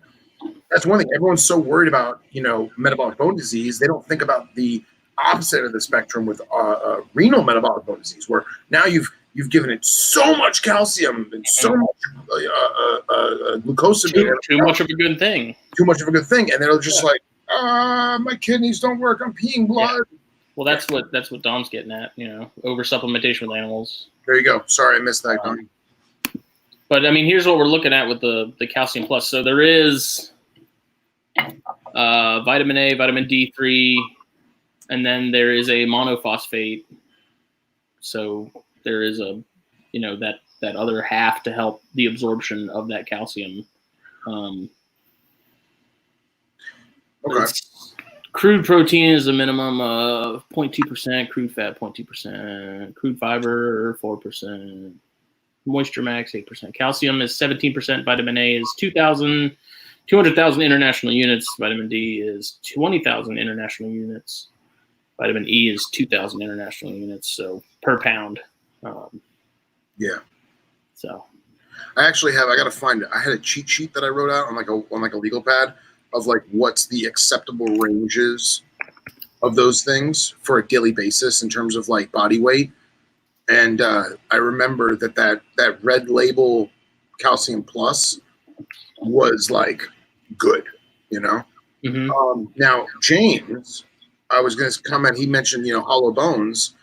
Now I don't know shit about birds. Forgive me, but it was to my knowledge that they don't have like marrow like we do. It's like a thin, almost like a mesentery inside those hollow air sacs. And it's not hollow like a straw, but there's air pockets within that. So even though it's hollow, they're still ingesting almost the same, if not the same amount of bone. You know what I mean? It's not like a shark where it's all calcium, or not all calcium, all cartilage, excuse me. Right. So I wonder, that's a good point. And then at the same time, depending on the bird species, what the bird's ingesting, how is the bird getting its minerals? If it's something like a quail chick or if it's something like a quail chick or a chicken chick, let's just say we're feeding that, those are farm grain fed, whatever. I'm sure it's getting calcium or minerals from that. But a wild bird where a nest was raided and it ate the chicks or it ate a wild bird flapping around, how is that bird getting it? So I found this paper I just posted in the comments. And it's from today's veterinarypractice.com. It talks about hypervitaminosis and hypovitaminosis of vitamin A. And it says vitamin A plays an important role in maintaining normal epithelial tissues and is vital for vision growth, reproduction, and immune function. It is stored in the liver. Excess levels of vitamin A, i.e. toxicity, overwhelm the hepatic function and storage capacities and lead to tissue damage, which is then clinically seen initially as dry or flaky skin. Okay. So that's interesting. Yeah. Herbivorous reptiles typically do not experience vitamin A deficiency because of their plant-based diet and their ability to synthesize vitamin A. Plants which contain vitamin A precursors called carotenoids include leafy greens, orange and yellow vegetables, and fruits. However, some reptiles, such as carnivorous turtles and other carnivorous reptiles, they say box turtles as an example, are not able to synthesize beta-carotene well. In reptiles, conversion occurs in the intestines or liver, where it is later stored. Vitamin A toxicity from dietary intake is likely to occur in herbivorous reptiles. For omnivorous or carnivorous reptiles, a diet including liver can cause dietary hypervitaminosis. So, pretty interesting. Yeah, very interesting. And that leads me to my next segue of I saw a picture that somebody posted, and I found it very interesting because I'm not a scholar. I'm not a professor, but it was to my knowledge that there was Ovo Vivibrus and Viviparous snakes, and now apparently there's Ovo Vivibrus, Viviparous, and what's the third? There's a third one now apparently. Oviparous, Viviparous, and Ovoviviparous. So now you have one that is giving an egg that gets incubated. You have another that is giving an egg that is being incubated within mom. And then you have another one where it's actual live birth. There is an egg. Yep. Now, I was unaware of this. I thought it was just the two. I thought that live birth in snakes was hatching inside mom and mom giving birth to live babies. And now I've been informed that I've been incorrect all these years. Actually, James Lewis can chime in on that because he has. I was leading to that. The sand boas that do that. So I forget which ones it is. It's the ones that look like Kenyans, but they're not. I can't remember exactly where they come so from. now, is this particular group of animals expelling the shells, or is it absorbed by mom? And what is the definitive difference? I've been curious about it myself. I haven't taken the time to actually look into it. I have a book, one of the herpetology textbooks that I'm assuming talks about it. I don't know. I'll have to look. It's one of the older editions, though. Yeah, and I would very much like to know what species or what genus consists of which, right? I mean, obviously egg layers are egg layers, but of the live birth stuff, like, for example, rinkhals, spitting cobras, they're their own monster, man. They are their own unique evolutionary thing. That's what makes me so fascinated with them. I've seen them give birth, and they literally just slide out of mom in a slippery goo. So I'm wondering, is that one that's hatching inside, and then mom is going to pass said shells, or is that, or is that an actual live birth animal?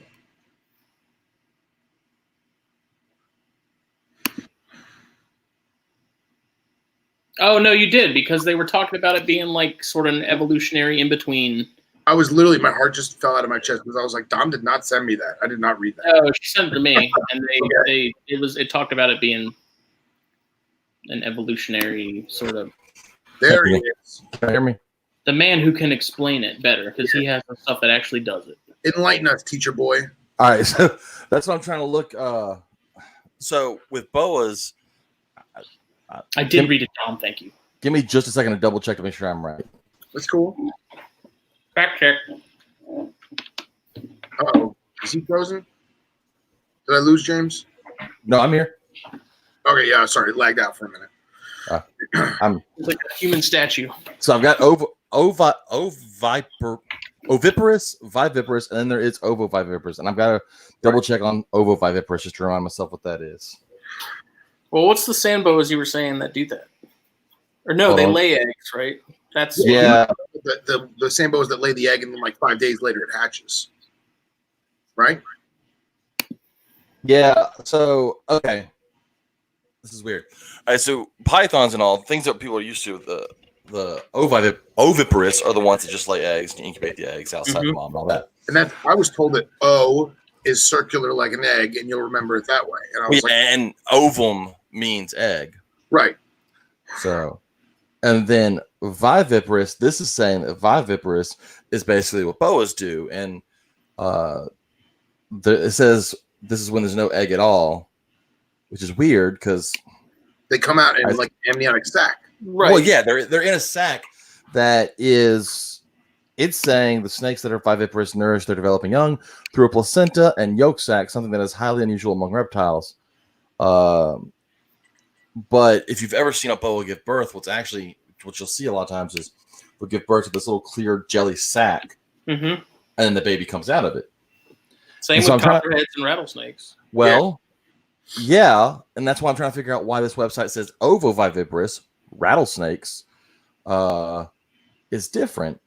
And it says you can think of it as a cross between egg layer and a snake that gives birth to live young. Female snakes that are ovoviviparous develop eggs inside their body, but when the babies are born, the female retains the egg inside of her, so the hatchlings are born live outside of the egg. Basically, the eggs hatch inside the female, and the baby snakes emerge fully active with no shell at all. Rattlesnakes are ovoviviparous. This means they give birth to live young that are developing and retaining the egg inside their bodies.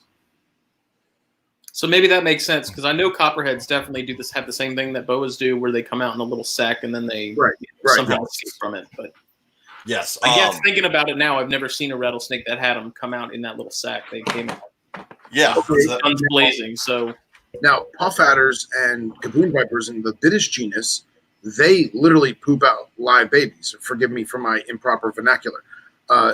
So they poop out live babies, and I've seen some that came out, and they're always slimy, but they come out and they still have like that amniotic sac, and it's just kind of pressed onto them, and then they almost kind of like shed it off as they're coming.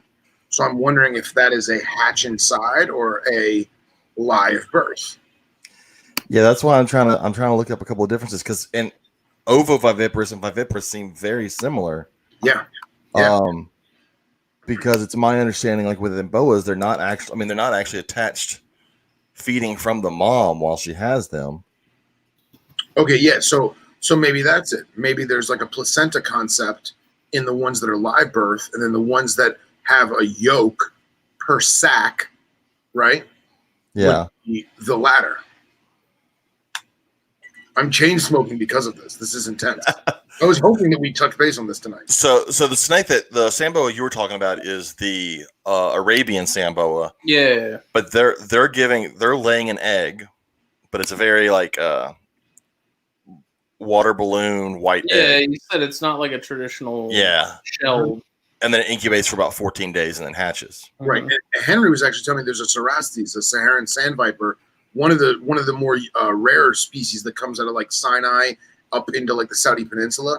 Those do the same thing, and it's like 5 days later. Yeah. So I'm seeing here where it says term viviparity, but means live birth. Ovo viviparity would be considered a subset of the larger classification. So it's a type of, I don't know, very similar from everything I've seen. Like I said, in boas, I know that they are in a small little jelly sac. Now, my sambo gave birth the other day. I watched her give birth, and none of them came out in that sac. But I mean, there was plenty of goo. Did the sac come out postpartum? Like a parachute? Yeah. Like, I mean, for example, like you watch some of the big hoofstock from Africa, and like the baby wildebeest falls out of the mom starts to lick the baby wildebeest, and then all of a sudden, boom, there goes the placenta after it. And so that happens.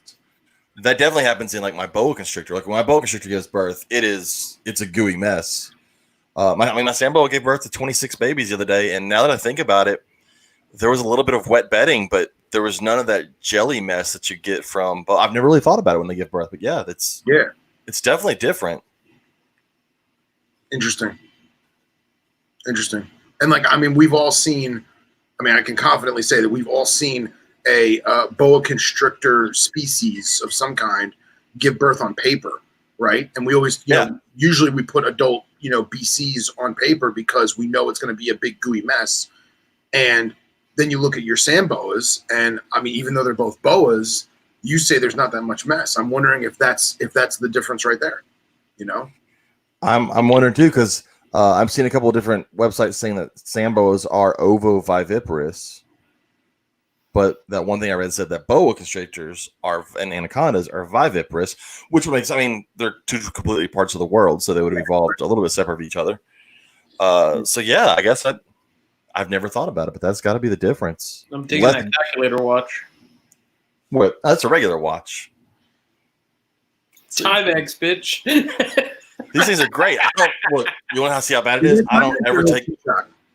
It's a Timex Iron Man watch. I buy them every time I buy a new watch, but you can't see. Like, I never take my watch off, so you can see like the white band. You know what time it is? I wear my watch everywhere.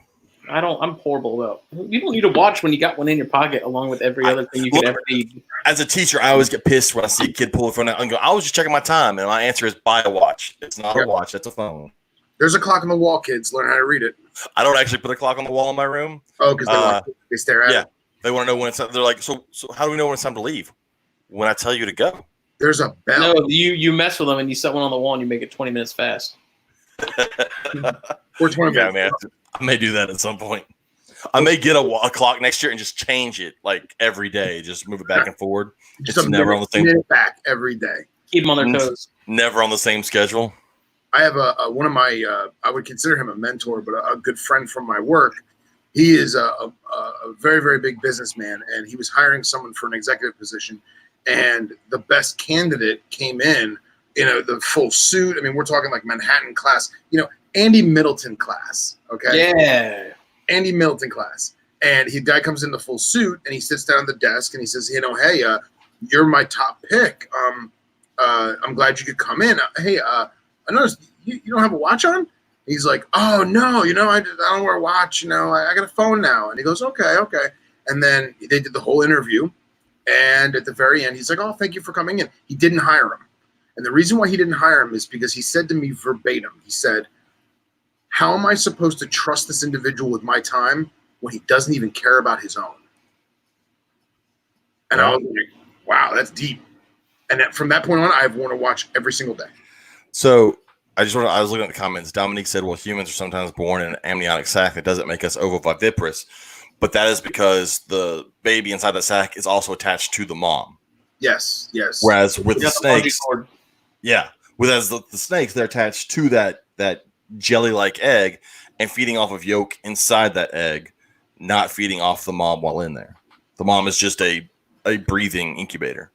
See, now I gotta find a video of a Rinkhals giving birth, because I'm pretty sure they give birth and it slips out of mom just like the Gaboons do.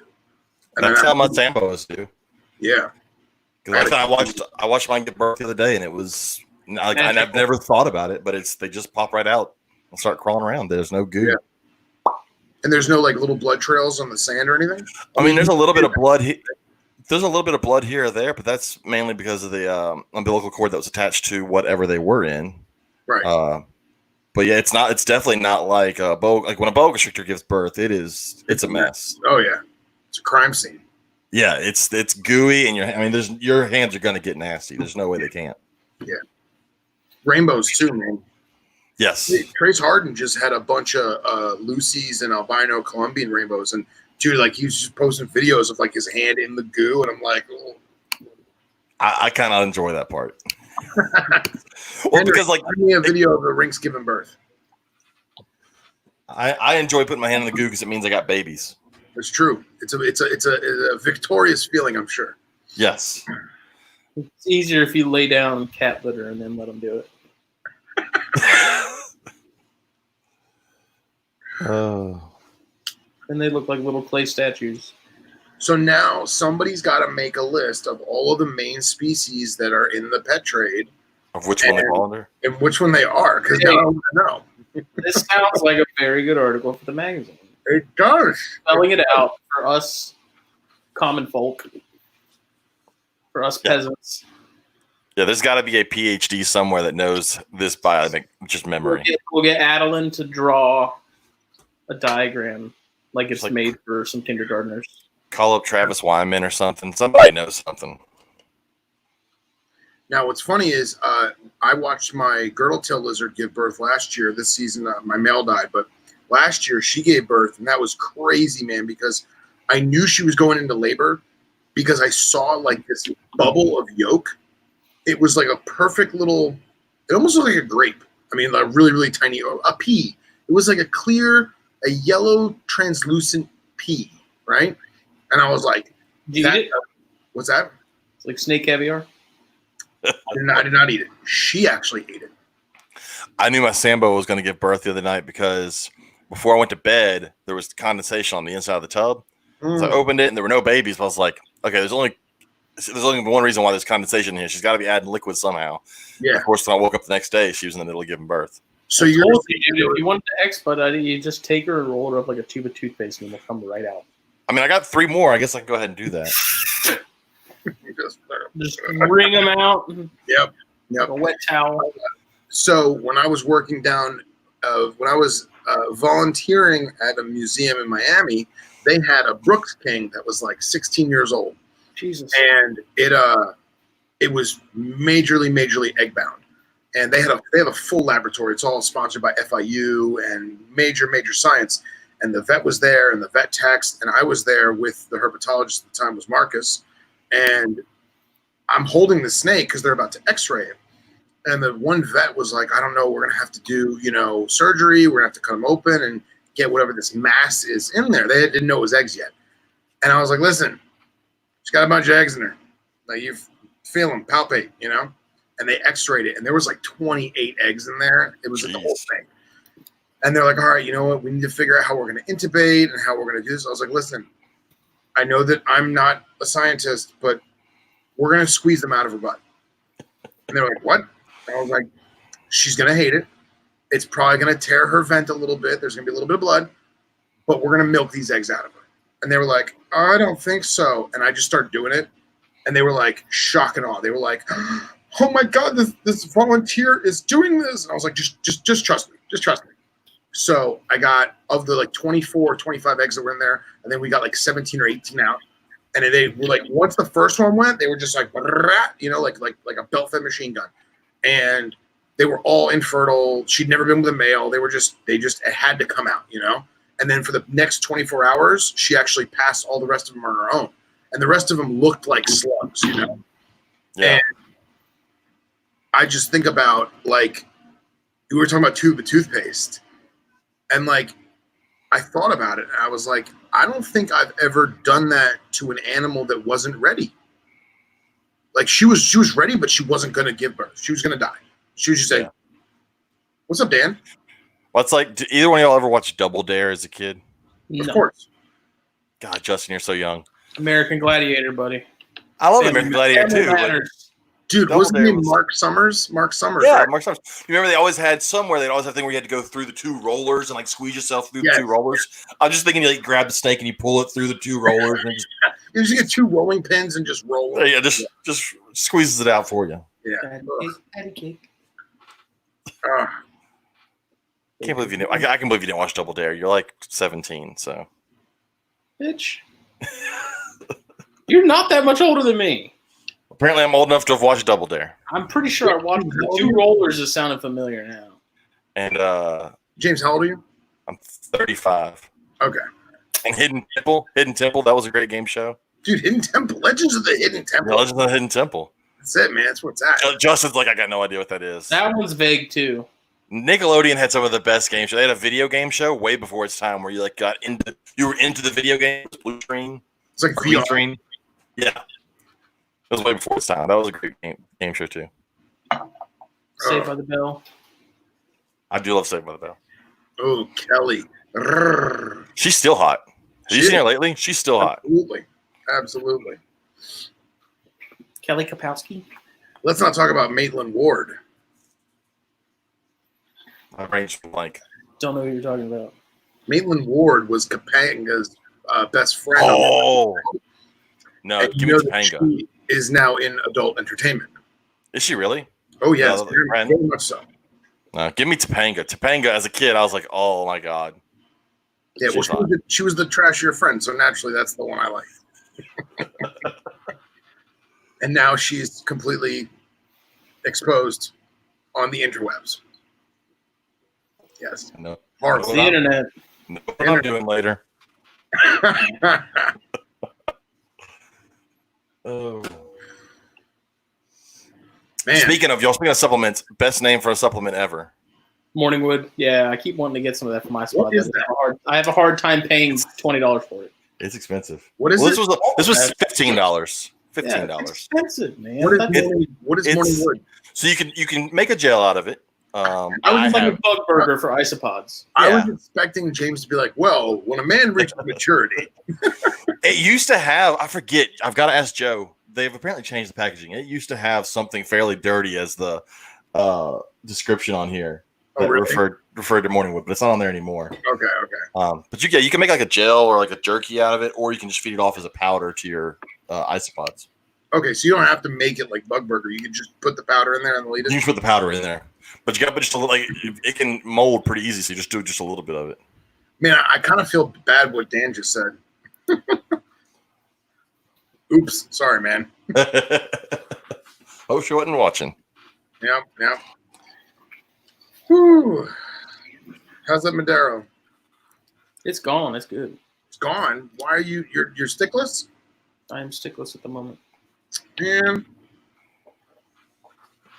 Yeah, I don't know. Like, I just my issue with that from Repashy is like it's one thing if it's a supplement because I'm not using a lot of it often, but like when you're using that and Bug Burger, you almost have to get the bigger container because you'll burn through that small jar in a heartbeat. Yeah. Yeah, I only use this as like a supplement. My main stuff that my isopods get is fish food, dry fish like the flakes. And then I've got some like shrimp pellets and some actual dried shrimp. I kind of switch it up with my. I'll give you the truth is my isopods probably have a better diet than any other reptile I own. I mean, because one, I can afford to feed them 15 million different things. Yeah. I give mine eggshell, fish flakes. I got some of that springtail food from Joe, and that stuff is like freaking crack, man. Yeah, I've That got has some. made my life so much easier with the Ranatomea froglets because they have to eat springtails. They're too small to eat anything else. And so I'll put some of that. I took some of those like organic pots that you get, the paper pots. Yeah. So I tear those up and put them in there. I sprinkle some of that on there. All the springtails get on that. I take it and just set it in there, and I'll swap them out when I'm feeding the Ranatomea and sprinkle more on there. Like it's like a freaking magnet, dude. My I got some of that stuff from Joe too, and some calcium that I use from him on mine. I got the calcium substrate. I haven't used it yet though. And yeah, James, let me ask you: have you checked? I don't know what dried shrimp you're using, but have you ever looked into the sodium content on those dried fish or dried shellfish? no, I have not. Because like I've had a bunch of friends over the years that had garter snakes, and it started off with silver sides, like frozen silver sides, and like garter snakes would die because nobody realizes it, but those freshwater fish that they're buying frozen are just packed full of salt because really? keeping them fresh. And then all of a sudden now you have like sodium overdose in your garter snake or your water snake. And I've been always like curious as to like those little dried shrimp that they have at like the fish store where like you feed your predatory fish, and like it's like the little orange shrimp, you know what I'm talking about? Yeah. I always wanted to know how much sodium was in those because we feed those to everything, you know? Everything with shrimp. Oh, them shorts, boy, those things are lit. American as fuck. Pokeballs on his balls. They are Pokeballs. Let's see if it has anything about. That's Is it a tetramin? The river shrimp. Tetramin. Oh yeah, nice. Look, dude, look at that frontosa on that wrapper. Look at that frontosa. That just makes you want to buy a frontosa.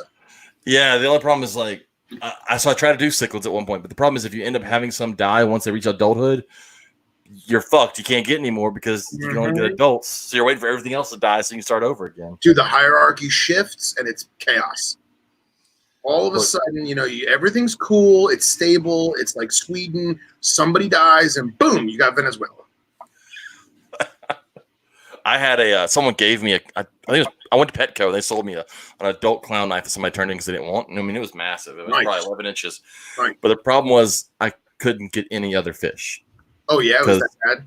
Oh my god, the mouth on that thing was huge. It would try to eat anything. And I've got this little bumblebee catfish. I love my catfish. I've got like 8 different species. And he only comes out like, I don't know, every 3rd month if the full moon is out. I see him. But he came out one day and I turned around and I saw his tail sticking out of the mouth of that clown knife. I was like, fuck it, that clown knife is gone. I reached in there, I grabbed the clown knife until he spit my catfish out. And the next day he went to someone else's house. I was like, I'm done with him. Yeah. Yep. I love predatory fish, but the problem is they also love to eat each other. Yeah, the worst. It's the worst. Predatory. Yeah, it sucks. Damn it. You end up getting a tank with like one fish in it. That's why I see people get Oscars. I'm like, I can't do an Oscar. You're talking one fish, just one big ass fish in a tank. That's boring as hell. One of my first jobs I ever had right out of high school was Pet Supermarket, which is like a chain of stores down here. And what's that? They don't ever have anything cool. No, I mean it's all the same crap. You know, it's a chain store, whatever. But I did all the fish stuff there. And this guy would always come in and he would always buy, 100 comets at a time. And I assumed he had like a tank full of Oscars or something. And he comes in, bro, to get dog food and he starts crying. And I was like, oh, you okay, sir? Like, what's going on? He goes, I just can't go by the fish section, man. All my fish are dead. And I was like, what happened? Like, you don't need your comet feeders anymore? Apparently, he had like a 500-gallon tank in his living room with all like stupid fancy Oscars, like big Oscars with like the fancy fins, like we're talking $50, $100 fish for Oscars. Yeah. He had a house party. Somebody goes drunk and said, let's get these fish drunk, and poured an entire bottle of bourbon into the tank, and they all croaked. So I'd be burying some fish and a body. Yep. I don't know how, like that, like, you just never talk to that person ever again. I mean, I wouldn't be able to talk. They'd be dead. That sucks. I love fish. Like I'm one of those that like I love going to zoos, but I think I love going to aquariums a little bit more. That also has to do with being fat and aquariums air conditioned. But I love like I can sit in front of one of those giant tanks when you have just tons of species, just watch them way more than I could just watch like some frilled dragons just staring at me through glass. To get dart frogs, they're easier. Yeah, no, they eat fruit flies, so screw that. The problem is though is with the aquarium is mostly stuff that we as hobbyists wouldn't have at home, while as most of the herpetoculture at a zoo, we've either owned it or we've worked with it or we've seen it in passing. It's not as exciting. Yeah. You know what I mean? Yeah. Or especially at this point, we know folks that have them. Yeah, exactly. With the exception of something really cool and unattainable, like Komodos or something. You know what I mean? With the exception of that, it's kind of like, wow, that's a great looking animal. I got to do my cage at home like that because I have the same thing at home. Yeah, that was my coolest thing I got to work with as a zookeeper was the Chinese alligator. That's awesome, man. I love that thing. Commie gators. I want one so bad. Dude, they're so stupid cute. And they only get like 6 foot. They're 5-6 foot. They're small. And they're super calm. And to me, they got that smushed alligator face. The body color's better. Yep. I love Chinese. Yep. But when I was a zookeeper, I did get in Madagascan tree boas. That was my, I can't have it at home. Let me go ahead and order this. Okay. And so I got to play that and blackhead python because I couldn't afford either one. So I was like, we'll just get that. The blackhead, I don't think ever went on display. It was simply in the back of the building just so I could go in and hold it. Oh, man. Now I got to go look up more shrimp statistics. They're small. They're just statistic. They are shrimp. It says nothing about salt on here, but it's got to have salt. But I mean, it might not, eat one and see if they taste. it may not. It's just straight up freeze dried. Oh, yeah, don't sniff that. Don't sniff that. Oh God. I don't mind the smell of fish food. Oh my God, it's like microwaved flounder. Ugh. No, that's gross. That's gross. Oh God.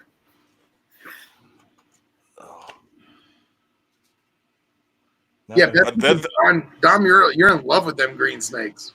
She knows what's up. She knows what it's like to have real snakes. Yeah. I don't like green trees. They don't do anything for me. You're a nerd. I don't know. I always wanted to have emeralds until I worked with Madagascan tree boas, and I was like, nope, this is the green snake for me. Dude, I had the best emerald ever. I had a captive born baby that was fire engine red, puppy dog tame, and it ate 3 times because I did every other week, because of the slow metabolism and all that. And then it gurged. And it was that was the beginning of the end. The beginning of the end. And at the time, it was the most expensive snake I ever bought. It was $500. Back then, it's a lot of money for a snake. I'm thinking I've spent more than that on a sand boa. I'm just saying, bro. Back in the day, 15 years ago, whatever. That's a lot. A lot of money for a freaking snake. That's a lot of money for a dead snake. A lot of money for a dead snake. It died so well. Oh, poor bastard. That's the thing. I don't like having. I can't do sensitive species. That's why I like some of my sand boas and boa constrictors. They're not sensitive. The most sensitive thing I have is rainbow boas, and honestly, once they're adults, they're bulletproof. Yeah. What counts as a sensitive species in your humble opinion? I mean, green. I put green trees there. I mean, they're better. They're better now, but historically, they're a fairly sensitive species. No, I don't think they're sensitive. I think people fuck with them too much. They are a great species. But I just ignore their existence. I put my foot in my mouth because that would mean that they're sensitive. I got you. I mean, a boa constrictor is bulletproof. I've seen them make it through really shitty circumstances when people are like, "Hey, we take the snake," and I get it. I'm like, how the fuck does this thing live that long? Yeah. But benign neglect. So that's like just a green snake on a stick. I don't get it. A pretty green snake on a stick. It's the ultimate display snake, though. It is. See, and I think an emerald is a far better display snake. I love the big old bulldog face on an emerald. Or not a basin with like a high weight basin, maybe. I'll take any of them with that big old bulldog face they have versus the smaller face of a green tree. I mean, because an emerald looks like it wants to fuck you up. Like just walking by it. Yeah, but a chondro looks like it. But a chondro looks like it can't back it up. Oh, believe me, if they want to, they will. They're noodles. They're super thin. I just can't do them.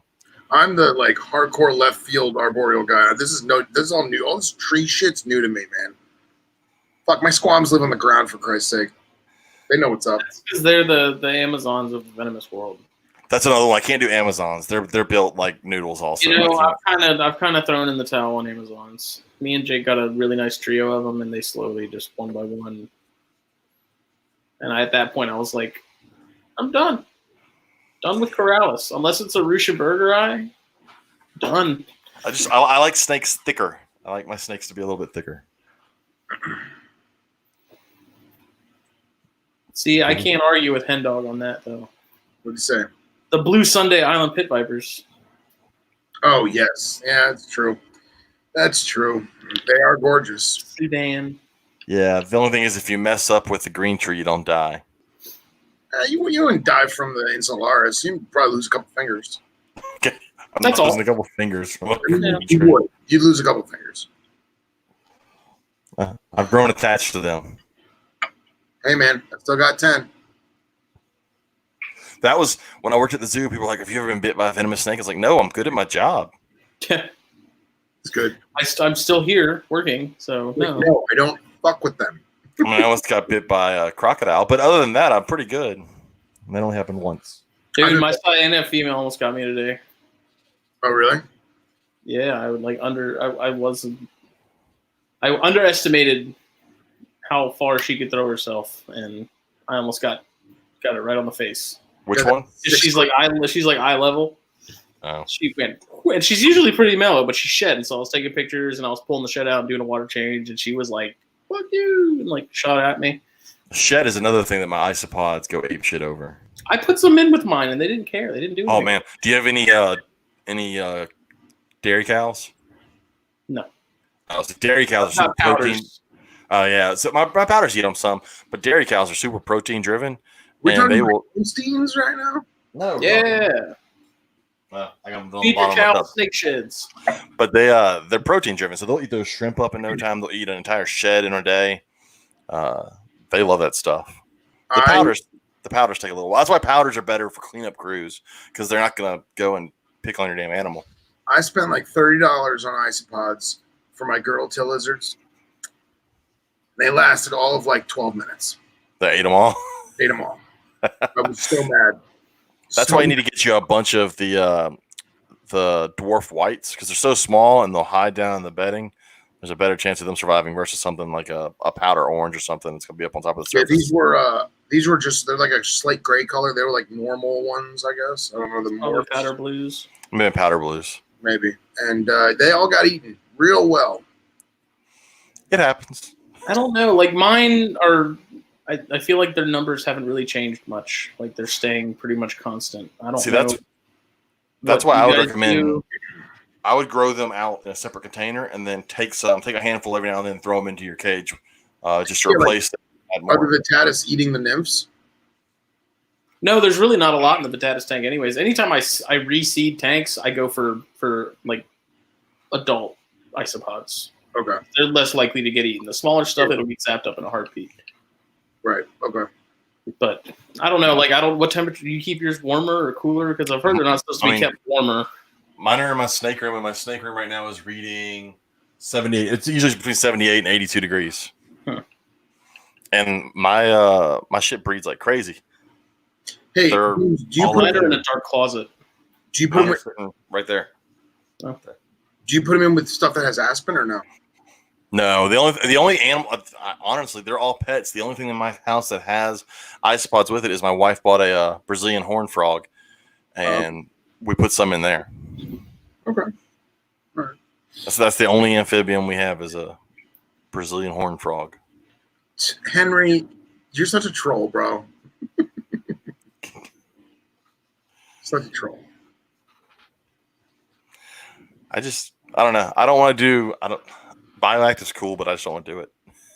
The closest bioactive thing I have is all of my isopods Dude, set it's up. so like the dark frog tanks. Once they're going, Yeah, but see, I don't no have. maintenance. I don't have any. I've got tons of racks and 4 4-foot cages, and so And if a boa shits, the isopods are not taking care of that. Depends on how many isopods you got. I'd have to have like 40 pounds of isopods Right. to eat a boa turd. A full 16 ounces of isopods. Well, I wonder what size box do you keep yours in? Because mine are in 6-quart shoe boxes, but I don't know if they will they reproduce if I give them a bigger tub? Will they reproduce more? I honestly I have them strictly for the cleanup crew factor. I could care less about keeping them as pets. I do enjoy them, but I'm like, why aren't you breeding more? I make these little things and sell them. And that's what tarantula cage. Yeah, it's a card display that you flip upside down, and I reproduce them in those. And then it's me. I have a big tub for my big cultures. This was I think 500 powder oranges that I ordered. Yeah, but do you think they reproduce more in bigger tubs like that, or? I haven't seen a difference. I mean, my powder whites are one of those little tiny things, and they breed like crazy. I wonder if they can know when they're maxed out, and that's why they don't reproduce as much. But I mean, maybe I don't know. But all the powder whites are small. I bet you Joey. Yeah, What's he doing right now? I don't know. It's almost 11 o'clock there. He may be asleep. Also, I mean, that was another thing for the magazine is there's a few isopod sellers on Instagram, and I talked to one about doing supplying some sort of article or regular articles about them since they're becoming so popular. They kind of fit in. Yeah, that'd be a good one for the Bavaria issue whenever that happens. Like I said, I started making these and selling them just because I don't always have snakes to sell, and I do reptile shows. So a friend of mine, we went together to buy all these isopods and make these little kits. We sell it as a whole little kit that you can put together and all. I find they're fun to keep, but it goes into my whole I talked about on my podcast the other day. I was going to go play Pokemon. I feel like Pokemon fits great for reptile people because we're collectors. We like to have everything, and so with Samboas, I want one or a pair of every type of Sambo. And with the isopods, I'm like I can collect every type of isopod, and so that's why I started keeping them because it's just fun to have them all. I can't afford $50 rubber duckies. Yeah, I draw the line, man. I don't see them. I understand the pet thing, but to me, they are and forever will be cleanup crews. See, I've got clown isopods, and those things will never be cleanup crews. That's the most expensive I have. I think they're for 10 or 12, it's $30. But for rubber duckies, it's one rubber ducky is $40. Yeah, I know. Kidding? No, those fuckers are a couple reasons. Everybody wants them because they look like rubber duckies. Right, they're normal. And they breed. They're in a group of isopods that breed super slow. So unlike the powder oranges, which breed like rabbits, the rubber duckies take forever. And Madagascar hissers. I hate Madagascar hissers. But I'm saying they take forever to breed. Yeah, and then when they do, they go everywhere.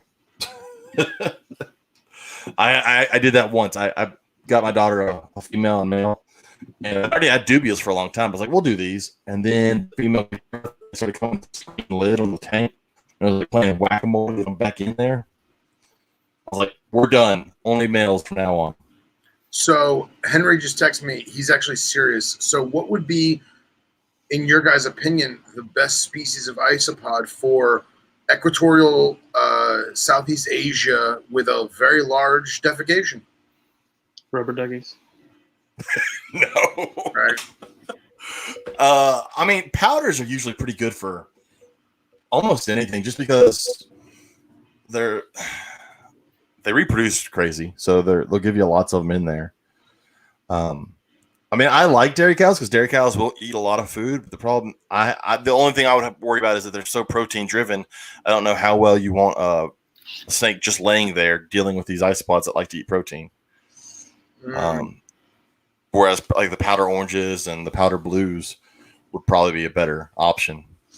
And they're cheap. So like Justin talked about their cleanup crew, you can find powder blues and powder oranges for super cheap. You guys hear my sprinklers going off? Yep. If it's too much, I'll mute it or something. No, I'm just hoping it turns far enough to hit you. It doesn't. We've had the scare before. And then my super was just out here like 4 days ago. I was like, dude, I sit out here with my laptop. Do not let that shit hit the building, you know? So I'm pretty sure he can scare me. You know what's been interesting with my isopod cultures is I put springtails in there with them. Yeah. And the springtails do better in that than like a regular springtail culture. My springtails do really well inside the isopod cultures. That is like true. anytime I pull springtails, it's from my isopod cultures. Like Yeah. I have one small shoebox, not even a shoebox. It's like a 4-quart tub, if that. And that's like a dedicated springtail culture with the charcoal and stuff. And that That's one's what actually I've got. doing well. All my other ones died, but like those those freaking isopod cultures, dude, those things are everywhere. Yeah, my springtail culture's in a decent sized tub with water and charcoal, and they're breeding like crazy. But man, I got some of my isopod cultures. You flip over like some of the moss, or you dig in there, you start to see the springtails really are doing really well in there. Yeah, and that's going to come in handy because my Ranitomea imitator Verdaderos, they're starting to reproduce a lot. The Vanzolini are starting to reproduce a lot. I'm hoping within the next, depending on whenever I get paid for the wholesale on the bits, I'm going to get 2 more Variabilis Southerns because I have a proven female and I've been meaning to get her a boyfriend for like a year and a half. And so once I do that, I'll have some more of those too. So like, if I can keep them going in those isopod cultures, then I'll be golden because those things come out so small. Like isopod or springtails are literally the only thing you can feed them. Oh yeah, well it's crazy like when you have them in one of those tubs with like charcoal and water, and they just all float on the water because they're so. It's just like little specks. It looks like there's dirt in there, but in reality, it's just a whole bunch of springtails. Yeah. That guy Carl, my man out in West Texas, Kyle, excuse me, not Carl. I don't know why I said Carl. Kyle. He's been getting like springtails or wood nymphs or whatever you want to call them, and different stuff from that whole West Texas area, from wherever he gets the rattlesnake. So if rattlesnake is from El Paso, he'll get native to El Paso stuff to put in his vivariums because it's all arid and steppe land and deserty. And that's one of my problems is like I keep a lot of arid stuff, and you can't put tropical isopods because they die. Yeah. Well, don't they have like the canyons, the giant canyons, or something like that? There's a handful, and I can't think because I don't ever use them, but there are a couple that can do well in drier environments. Right. Yeah, and that's my problem is like for example, I have a 2-year-old Bredli in my bedroom that is like set up like naturalistic with like dead grass and stuff. I mean, naturalistic as I can get without going crazy. And I want to put stuff in there because I rarely clean the cage because the soil and the sand and everything is all compacted. It looks good from like me misting it and her slithering over it and packing it down.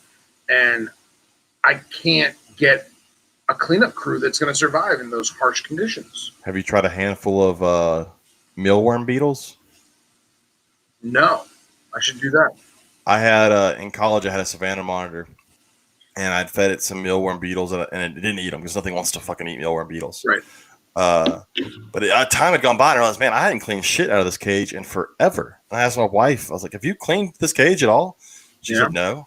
I caught one day when it shit. I went over there and I looked, and sure enough, up underneath the shit was all these beetles and new mealworms that were crawling up from underneath, and they were just eating it all and then going back down into the bottom. Really? All right. I'll try that then. I'll definitely try that. I'll try it with her and see how it works. And if it doesn't work, then I'll just change the substrate, whatever. If you want to go one step further, I have rice flower beetles, which are literally mealworms but shrunken down to like the size of a fruit fly. Oh, really?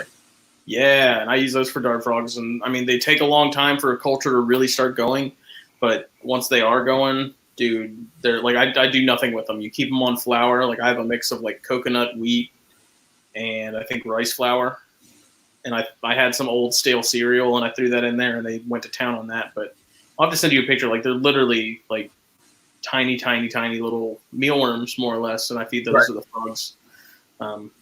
Not very often because I really don't think they have a ton of nutritional value. But even when they're dusted, the dust doesn't stick to them very well. Yeah, they're so tiny. Well, the beetles, you know, the larvae I don't really care about, but the beetles are what I feed mostly because those actually move around. Yeah. And I don't know. I dust them, and it's like there's no dust on them at all. It doesn't stick. They're too slick. Just like a smooth carapace, it doesn't stick. Yep. Okay. But I'm trying to figure out how I can like up their nutrition, but you don't give them any, like you don't give them fruits because I don't think they even eat them. I don't know. I haven't really played around with it too much. Has anyone ever tried like human protein powder? Like whey protein? Yeah, or I like haven't. what dudes who work out. I mean, obviously I don't, but like guys that like work out, they have like all the protein powder. Like, I wonder if I'm getting wet. Wind took it. Damn it. I've also heard people use death feigning beetles as cleanup crew as well for desert environments. Oh, really? Yeah. All right, I'll take a look at that too. And that may be something a little cooler to look at crawling on in there's That's true. those blue death feigning beetles. Yeah, those things are gorgeous. Gorgeous. Yeah, I don't know. I have some arid stuff that I want to work with and make prettier, like banded rock rattlesnake. I want to do that up, but again, it's how much is the animal going to knock everything over, and what's going to be able to clean it up and survive in the harsh environment. You know. Yeah. You know, am I going to go in there and find a water dish full of dead bugs because that was the only moisture they could get to? You know. But, I was looking up death feigning beetles. I feel like dubias wouldn't do that well in a setup like that, though. Like, I feel like it's too dry. what, arid? Yeah. Oh yeah, dude, they're straight up tropical. Yeah. I mean, mine They live would in work for a little while, but they would not last. a giant Rubbermaid tub with nothing. Just I egg gra- food. Yeah, it's just egg crate and food. Yep. But the Rubbermaid tub holds in some humidity, so it helps. You know, there's only a few holes in it, so it helps hold in humidity. And they've got to have some humidity to be able to actually have the babies properly. Have you ever seen the ootheca that sticks out the back of a? Yeah. It looks like a penis. It's kind of gross. Yeah. Ooth. But they've got to have humidity so that thing doesn't dry out. Ooh, so Phil, you know how I've been talking about this 40-gallon aquarium that I have sitting over here to my right? They I got a buddy, an Instagram buddy who wants some Ranatomea, and he's a big Phyllobates guy, and so he's got Terribilis, and he's got bicolor, and he's got Auratenia. Excellent. So we're working out some deals where we're swapping some stuff. Excellent. What kind of 40 gallons, perfect for one of the, either the bicolor or the Terribilis. I can't decide which one I want. Yeah, dude, bicolors are gorgeous, man. They really are. I like the contrast. I like the diversity of them, but Terribilis are just Terribilis, man. Dude, when you get a big one, it's like the size of a freaking toad that you find in your yard. What are the cool looking green and black ones? That's a Aratus. Dude, there's been some really good looking Aratus on Instagram lately. Have you seen that? I want some of the Hawaiians. I don't know if it's the lighting they're using, but like they have like a retic sheen to them. Mm-hmm. Really good looking. And then who is that guy who takes the really good dart front pictures? He just had some albino. You just said the name. Aratus. Aratus. Thank you. Were they albino Aratus? They look like they were. I think there's albinism has popped up in a few different species randomly. Super trippy, like powder blue eyes, like weird looking. So, Justin, I poked fun at you a little bit earlier today on our podcast. Oh, did you? Well, is the question I had asked earlier this week about favorite exhibit, and then you said some big long scientific name because you only speak in scientific names. Well, Phil knows what they are. They asked what the best zoo exhibit is, and I said the Xenogamma taylorii. I just guessed it was. Hold on. I just guessed they were frogs. What are they? It's Xenogamma taylorii. Me and Philip talked about them. Yeah. Multiple times. Like they're a species no one can get. Like they're miniature Uromastics, basically. Oh, I know what you're talking about. Mm-hmm. Little shield-tailed again. Well, I was wrong because I assumed it was a frog. I was just like, I don't know. I'm going to assume it's a frog, but I was wrong. Yeah, the Jacksonville Zoo has a little display of them, and it's like the coolest thing ever because there's like 4 of them in there, and they're just these little tiny, like miniature Uromastyx almost, with a much shorter, rounder tail. Spikes. It's been like 15 years since I've been to that zoo. I don't think I've ever been there. It's got a big Mayan temple, which is kind of cool looking. Yeah, it was all right. It's a zoo. There wasn't really, as far as like the reptile collection goes, there really wasn't anything that really wowed me except for those little tailor eye. You know, they had a really rough looking squam that looked like it was struggle bussing. I'm just spoiled, man, because like Marcus and I working with the small gigantus, like nothing compares. Like that's it. Like I can die happy knowing that I got to work with them for a few years, and it's all right. I'm cool with it. Like that's like, and like, dude, I have so many stupid pictures, like dumb selfies of those animals. Like I'm sitting in like an office chair with like 2 of them on my chest, and they're just like, "Why are we here? Well, are you really holding us right now? Just kill me, man." Like why are you holding me?" And like I would pet them, and they hate it. You A know? little top hat on them. Oh no, he didn't get that carried away. Oop, there's Snoop. But yeah, man, Oh, spiky yeah. butts. Dominique just sent me an article on Instagram, but I think just read the title. It's about a type of lizard that I talked actually to my students, which is actually currently going through evolution. It's a skink species that is going from egg laying to live birth. Really? They live in some of them live on an elevated mountain part, and some of them live down low. And the ones down low are still laying eggs. The ones higher up, though, are holding the eggs inside and giving birth to offspring because it's colder up there, and they can't really bury them in the ground up there and keep them warm. But they're still technically the same species right now. But they have 2 different reproduction processes depending on where they live. Very cool. That reminds me of saw-scale vipers. Half of the species give eggs, the other half give live birth. Now, I don't know, per our conversation earlier, I don't know if they're hatching inside or if they're really giving live birth. I imagine they're hatching inside, but Yeah, it's crazy because like if you're in Egypt, you know, they're laying eggs. If you're in, you know, Côte d'Ivoire, you're giving live birth. Or yeah, no, opposite way around. Sorry. Yeah, you get it. I get it. I'm I refilling think my it's time. What's that? It's time to separate the chondros because they're not doing anything tonight. There you go. How long's it been? I mean, they were locked up the other day for like freaking 13 hours straight, at least. Whew.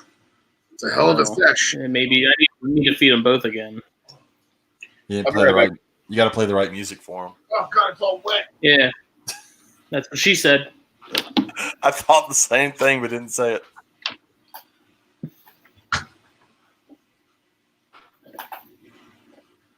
Yeah, I'm really getting worried about the fact that I still have 3 more Samboa litters to come, and I have 25 babies right now already, and I only have 24 empty tubs.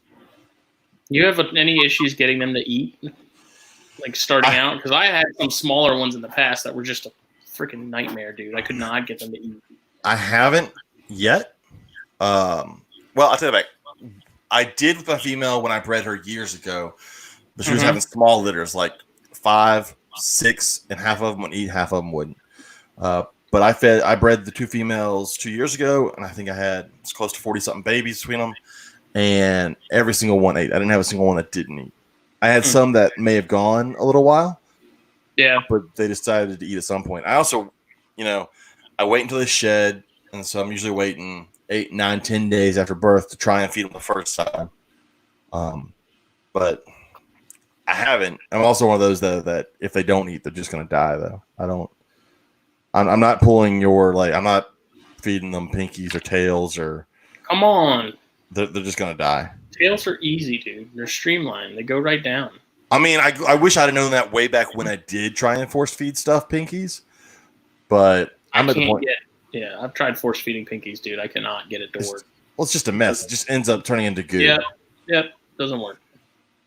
So it's gross. But I'm at the point now. It's survival of the fittest. And if But you I didn't ain't have any. fit, you ain't surviving. I haven't had one. I haven't had a baby starve to death in, I don't know, probably 8 years or so. You got to wonder what's wrong with the ones that don't. Yeah, I mean, you figure they fit into that. We always talk about this, the percentage that aren't going to make it to adulthood. That's just part of the percentage. Like, you would think they would be like, I have to eat.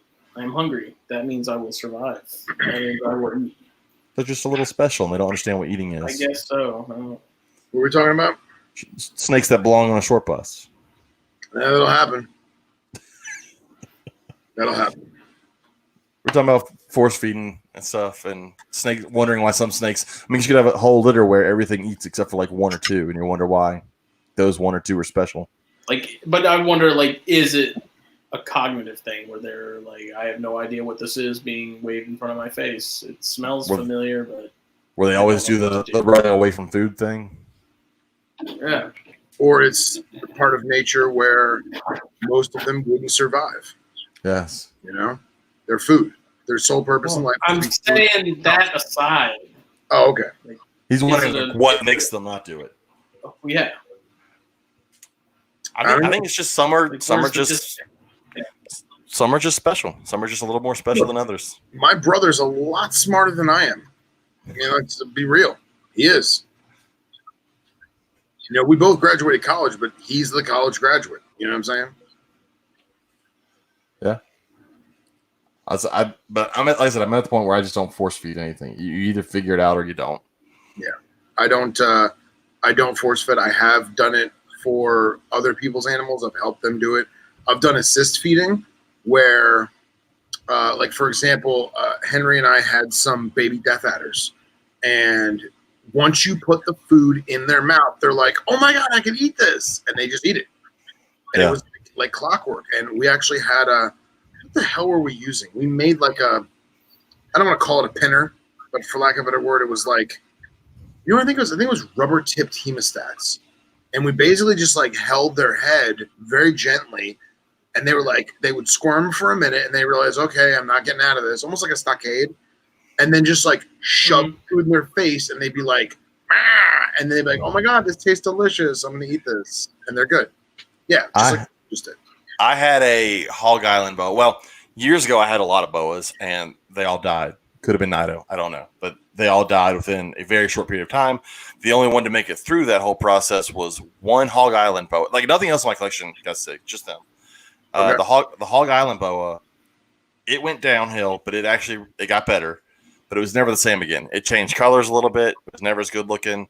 It never put on weight the same way. And I kept it for years and years and years after that happened. But what I'd have to do to feed it is I'd have to catch it by the head, take the head of the rat, put it in its mouth, and then put it down. Because he would strike at food every time, and he'd wrap it, but then he couldn't figure out the whole eating process. And before he got sick, he had no problem. Ate no problem. But after that, and finally, I think it was like a year ago, I said, you know what? This is a shitty life. And so I put that one down. But yeah, if I didn't put the head of the rat in its mouth, it couldn't figure it out and it wouldn't try it. It wouldn't eat it. Well, that's like, I have and I don't know if Nipper will agree with me or not, but obviously he's done way more Boiga stuff than I have. But my firm philosophy and belief with specifically dendrophilia is small enough that it won't fight back and leave it. And like, if I put rat pinks in there, they'll scarp them down. If I put a hopper, oh no, they just won't.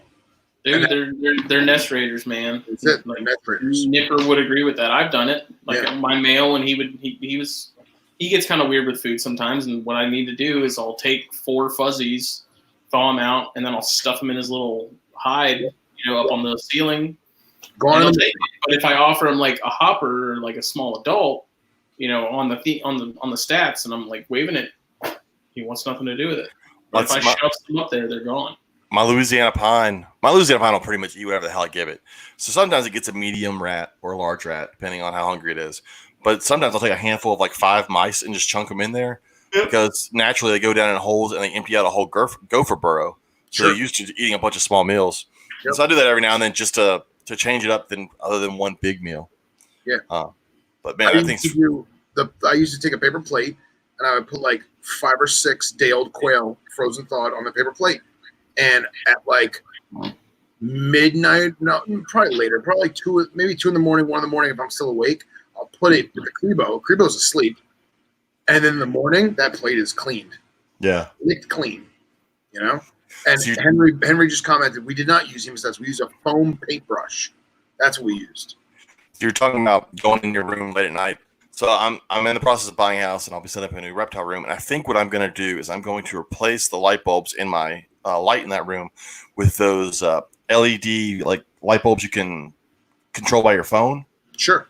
And so that at night, if I want to go in there, I can just flip them all to red and then turn it on and go in. Because I've heard other people talk about going into their rooms when they have red lights on at night and seeing their animals act completely different than when you flash with that white light. Do it like every night that I go up in there, man. They are totally different animals. Yeah. So, like if I catch it, dude, like I have an Ethiopian cobra that lives in its hole. It just lives in that hole. It never comes out. And I realized I went up there on my day off at like 10:30 in the morning, which is not normal. I either go really early or go really late. Went there like 10:30 in the morning, and he was sprawled out in the cage, I guess basking. I mean, he's nowhere near the light, but whatever. He's sprawled out, and dude, it was almost as if he'd never seen me before. He was like, "Who are you? Why are you here? You know, like, what are you doing? You're not supposed to be here. This is not your room. This is my room." Like he's on the top vision rack, so like he doesn't see other animals, and it's that thing. And like I want to put in a camera in there just so I can do more observation, but I feel like I would not. I need to put a camera on every single one like Riley has. You know what I mean? I've got a camera there aimed over at my cages. But how well can you see the actual animals in each cage? Not great from a distance. I had it. I originally bought it because of when my red tail was pregnant. I wanted to be able to at any point see when it was going to have babies. I also, her due date was supposed to be while I was on a cruise. So I was like, fuck. Okay. So I bought it and I put it on a chair right in front of her cage, and I could watch. And if it's right there in front of her, you can see everything. I mean, it's great. But luckily, she actually gave birth to those babies the Friday before I left on Saturday to go on my cruise. Nice. Well, let me ask you guys: have you ever witnessed? We were talking about snakes giving live birth. Have you ever witnessed a mom eat stillborns or slugs before you got there? I haven't. That required live birth. I haven't seen. I mean, I've seen videos, of course, but I've never seen one eat one. This last time was the first time I think I've had a stillborn sand boa, and the first time I've had an infertile ovum in there. But yeah, I mean, I've seen the videos where like boas will go up and they'll nudge the babies that aren't moving, and then as soon as the baby moves, the mom's like, "Oh, never mind," and then it goes on her way. Really? But it looks like they're going around looking for food. Yeah. And when they realize that it's breathing and moving, they're like, "Oh, not eating this," and they go on their way. That's funny. You mentioned that because I just watched. There's a guy. I think he's in East Texas. He's just like a backwoods kind of guy, and he does YouTube videos of like backwoods nature. You know, like look at this egret, look at this water snake, whatever. And he really likes cottonmouths. And he did a video of him showing. He's like, "Listen, don't try this at home." And obviously, I'm doing this wrong because I'm intentionally provoking the snake. But he basically did his own little survey of cottonmouths and when you go to step on them and what they do. And he's like, "Listen, they do not lunge at you and kill you. They do not chase you." And he basically had like nice cowboy boots, and he would stomp his foot on. You saw that video? I've seen that before. Yeah. Okay, so he also did another video, which I gotta find. Of I guess I don't know if he knew that the female had like a nesting spot there or like a den that she made there. But apparently he was explaining how Western cottons, I mean, I don't know about Easterns and Floridas, but Western cottons, she hangs out with her neonates and makes sure they're good. And then once they start to go on their own, then she's like, "Peace out." That was like last week we had an article we talked about on the podcast that I thought was super interesting. Kind of along the lines of snakes doing things we don't expect them to do. It was garter snakes. And there was an experiment where they found out the garter snakes actually search out individuals to hang out with, not so much other garter snakes, but other certain individual garter snakes to literally den up with and hang out with. So there's more thought going into it than just, oh, you're a garter snake and you smell like me. Yeah. I'm going to hang out with you. Like snowbird roommates. Yeah. Yeah. I thought that was really interesting because we underestimate a lot of times the intelligence of some of our snakes. Now, again, some of our snakes are dumb. Like, I'm not underestimating the intelligence of a ball python. They're dumb. I don't care what anybody says. I don't care how much somebody wants to boop the snoot and say that their danger noodle loves them. Some of them are just dumb. They have the very basic understanding of survival. But when you talk about, like, it makes sense with garter snakes because when you're talking about a snake that is a diurnal hunter or an actual hunter, there's got to be a higher level of intelligence there than, say, a sambo that's just sitting there waiting for food to run by its face. Yeah, but do you really think that the ambush is, and obviously we're making generalizations here, we're not being that specific, but do you feel that an ambush hunter is less intelligent than a actual seeking out hunter? I would think so. I think it takes more. There are more variables in seeking out food than waiting for food. So there's more of a thought process that would have to go through. Like, I mean, just think, you've dealt with cobras. Cobras are smart snakes, and cobras are not a sit and wait snake. They will go find food. Right. And I think that's because they're such. And I think like retics. People talk about how retics are so smart. That's because retics, even though being, I think of pythons and boas being a sit and wait, but a retic goes and finds food. They are active all the time. So I think when you talk about garter snakes, we always assume garter snakes may not be that intelligent because as far as we are on the hobby side, we think of garter snakes as the lower end pet. They're garter snakes. But when you look at them, I mean, they got the big old eyes. They go out, they look for food. They're searching for things. They've got to have a thought process to be able to find food. So I just think of like, and I'm not disagreeing with you. I just like think about like gaboons, for example. You know how they have like the independent eye movement? Yeah. Like that snake is definitively thinking about what's going on around it. And I've seen it where I've had a snake in captivity where like I've had a rhino viper that sat in the same spot for months. And the only time it moved was when it was striking at the prey or when it took a crap on the other side of the cage because it didn't want to crap where it was sitting. And then I did my own little social experiment. I didn't feed it for a while. And then after about 3 weeks of not feeding it, I put the prey item on the other side of the cage and it ate it and sat there.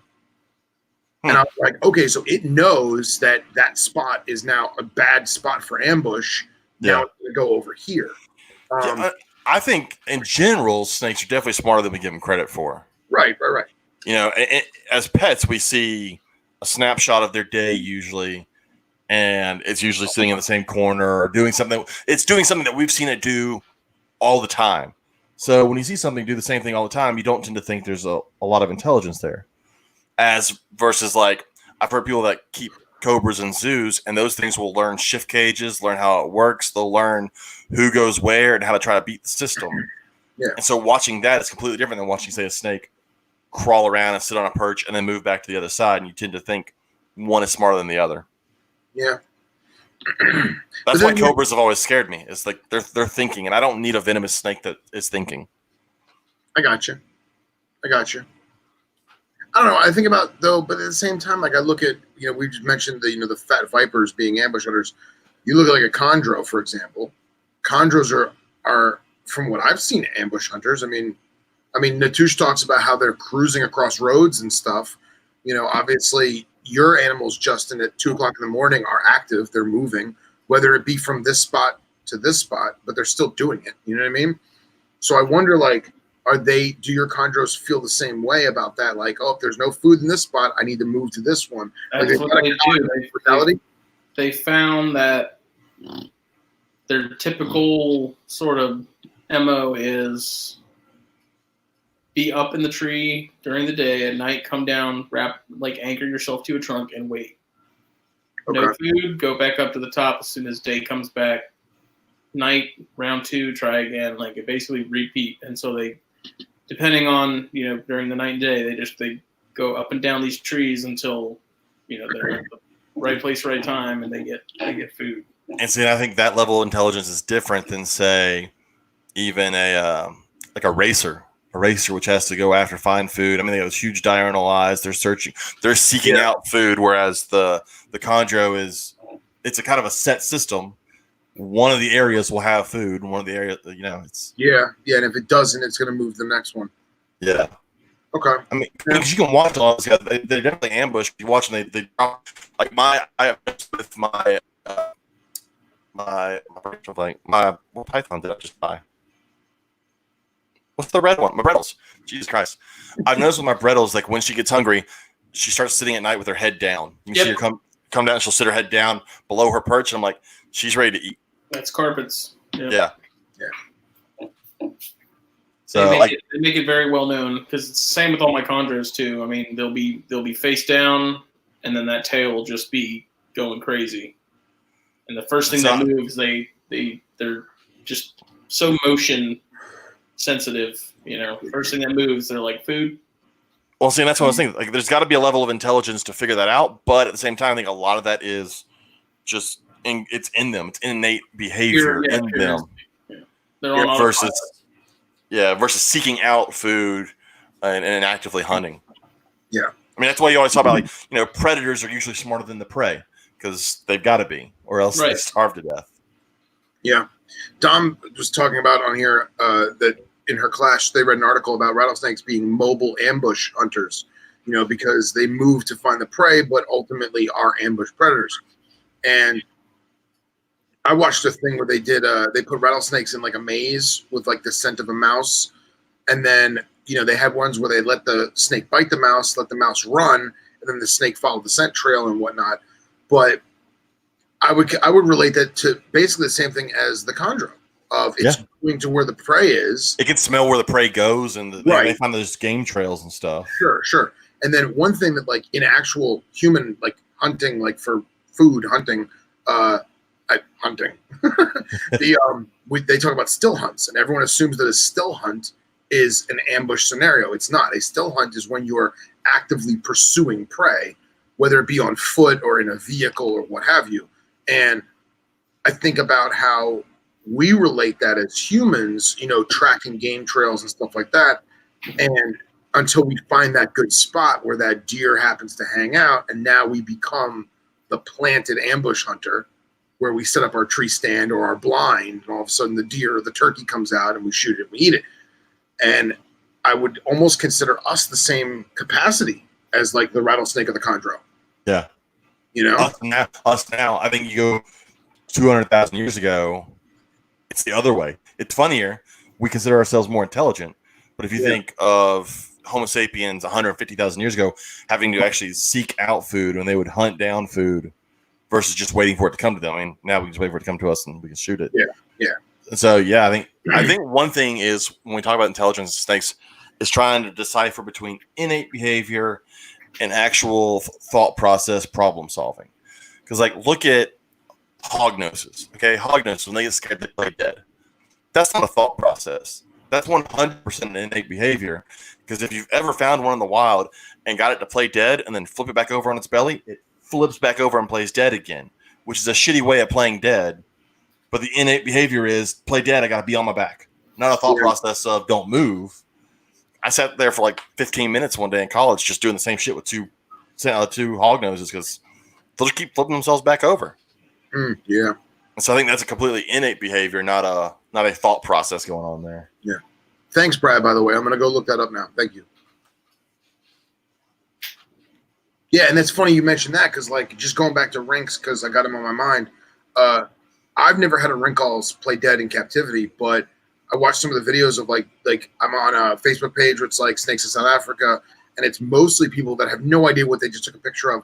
They want to have it ID'd because it was in their yard or whatever. And every once in a while you'll get a video and like the guy will have the rink and the wrinkles will be hooded up, and then all of a sudden he'll get too close and the wrinkles will be like, and do the whole death motion thing. Yeah. And then he'll poke it with a stick and the rink's like, oh shit, it didn't work, and then gone. And like that just goes back to it's you said the innate reflex to do that. Yeah. But then you have that cobra intelligence because he's like, oh fuck, it didn't work. It didn't work and it changed what was. Yeah. Well, you think maybe you don't see that because you don't see hog noses often play dead captive ones. Western hognoses play dead, and I wonder if that's because for the ring calls or for the hognoses, the ones that were actively playing dead when they were brought into the hobby were stressing and probably not producing as well, not eating as well. Those genes didn't pass on, so that innate behavior wasn't really getting passed on as much. Yeah. And so you don't see it as much in captivity because it wasn't in the parents. Well, it's like cottonmouths, man. Cottonmouths don't open their mouth in captivity. No, they just get pissed off. They just stop. The whole flashing of the mouth is done. And like I just got one out of the outskirts of Big Cypress like 2 weeks ago. Beautiful, dude. The bands on it are awesome. I gotta post a picture. I swear to God, I thought it was a ball python because it had that perfect striping down the side.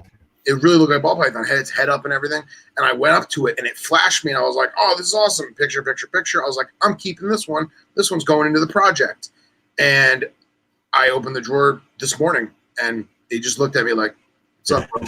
It didn't work, so that's it. Yeah. But yeah, I had a big female at the zoo, and I mean, she never did that. She just would huff and puff, and you could smell her musk, but she never would flash her mouth. She'd strike every now and then. That was about it. Well, on that note, we're at 2:35. You want to wrap it up, gentlemen? Sure. Yep, I gotta walk the dog still before I go to bed. James, thank you for joining us. Thanks for having me. I enjoy talking with snakes because we need to make more lists of. We do too. Birth. Oh yeah, most definitely. Yeah, we got to figure out all the viviparous, ovoviviparous, and oviparous. Get Carly on. I bet you Carly will crack the code and like. She'll read like 15 books to figure it out for us. Yep. We gotta get Carly. All right, boys. Have a good evening. Have a good holiday. You too. See you later. Talk to y'all later. Bye. Bye.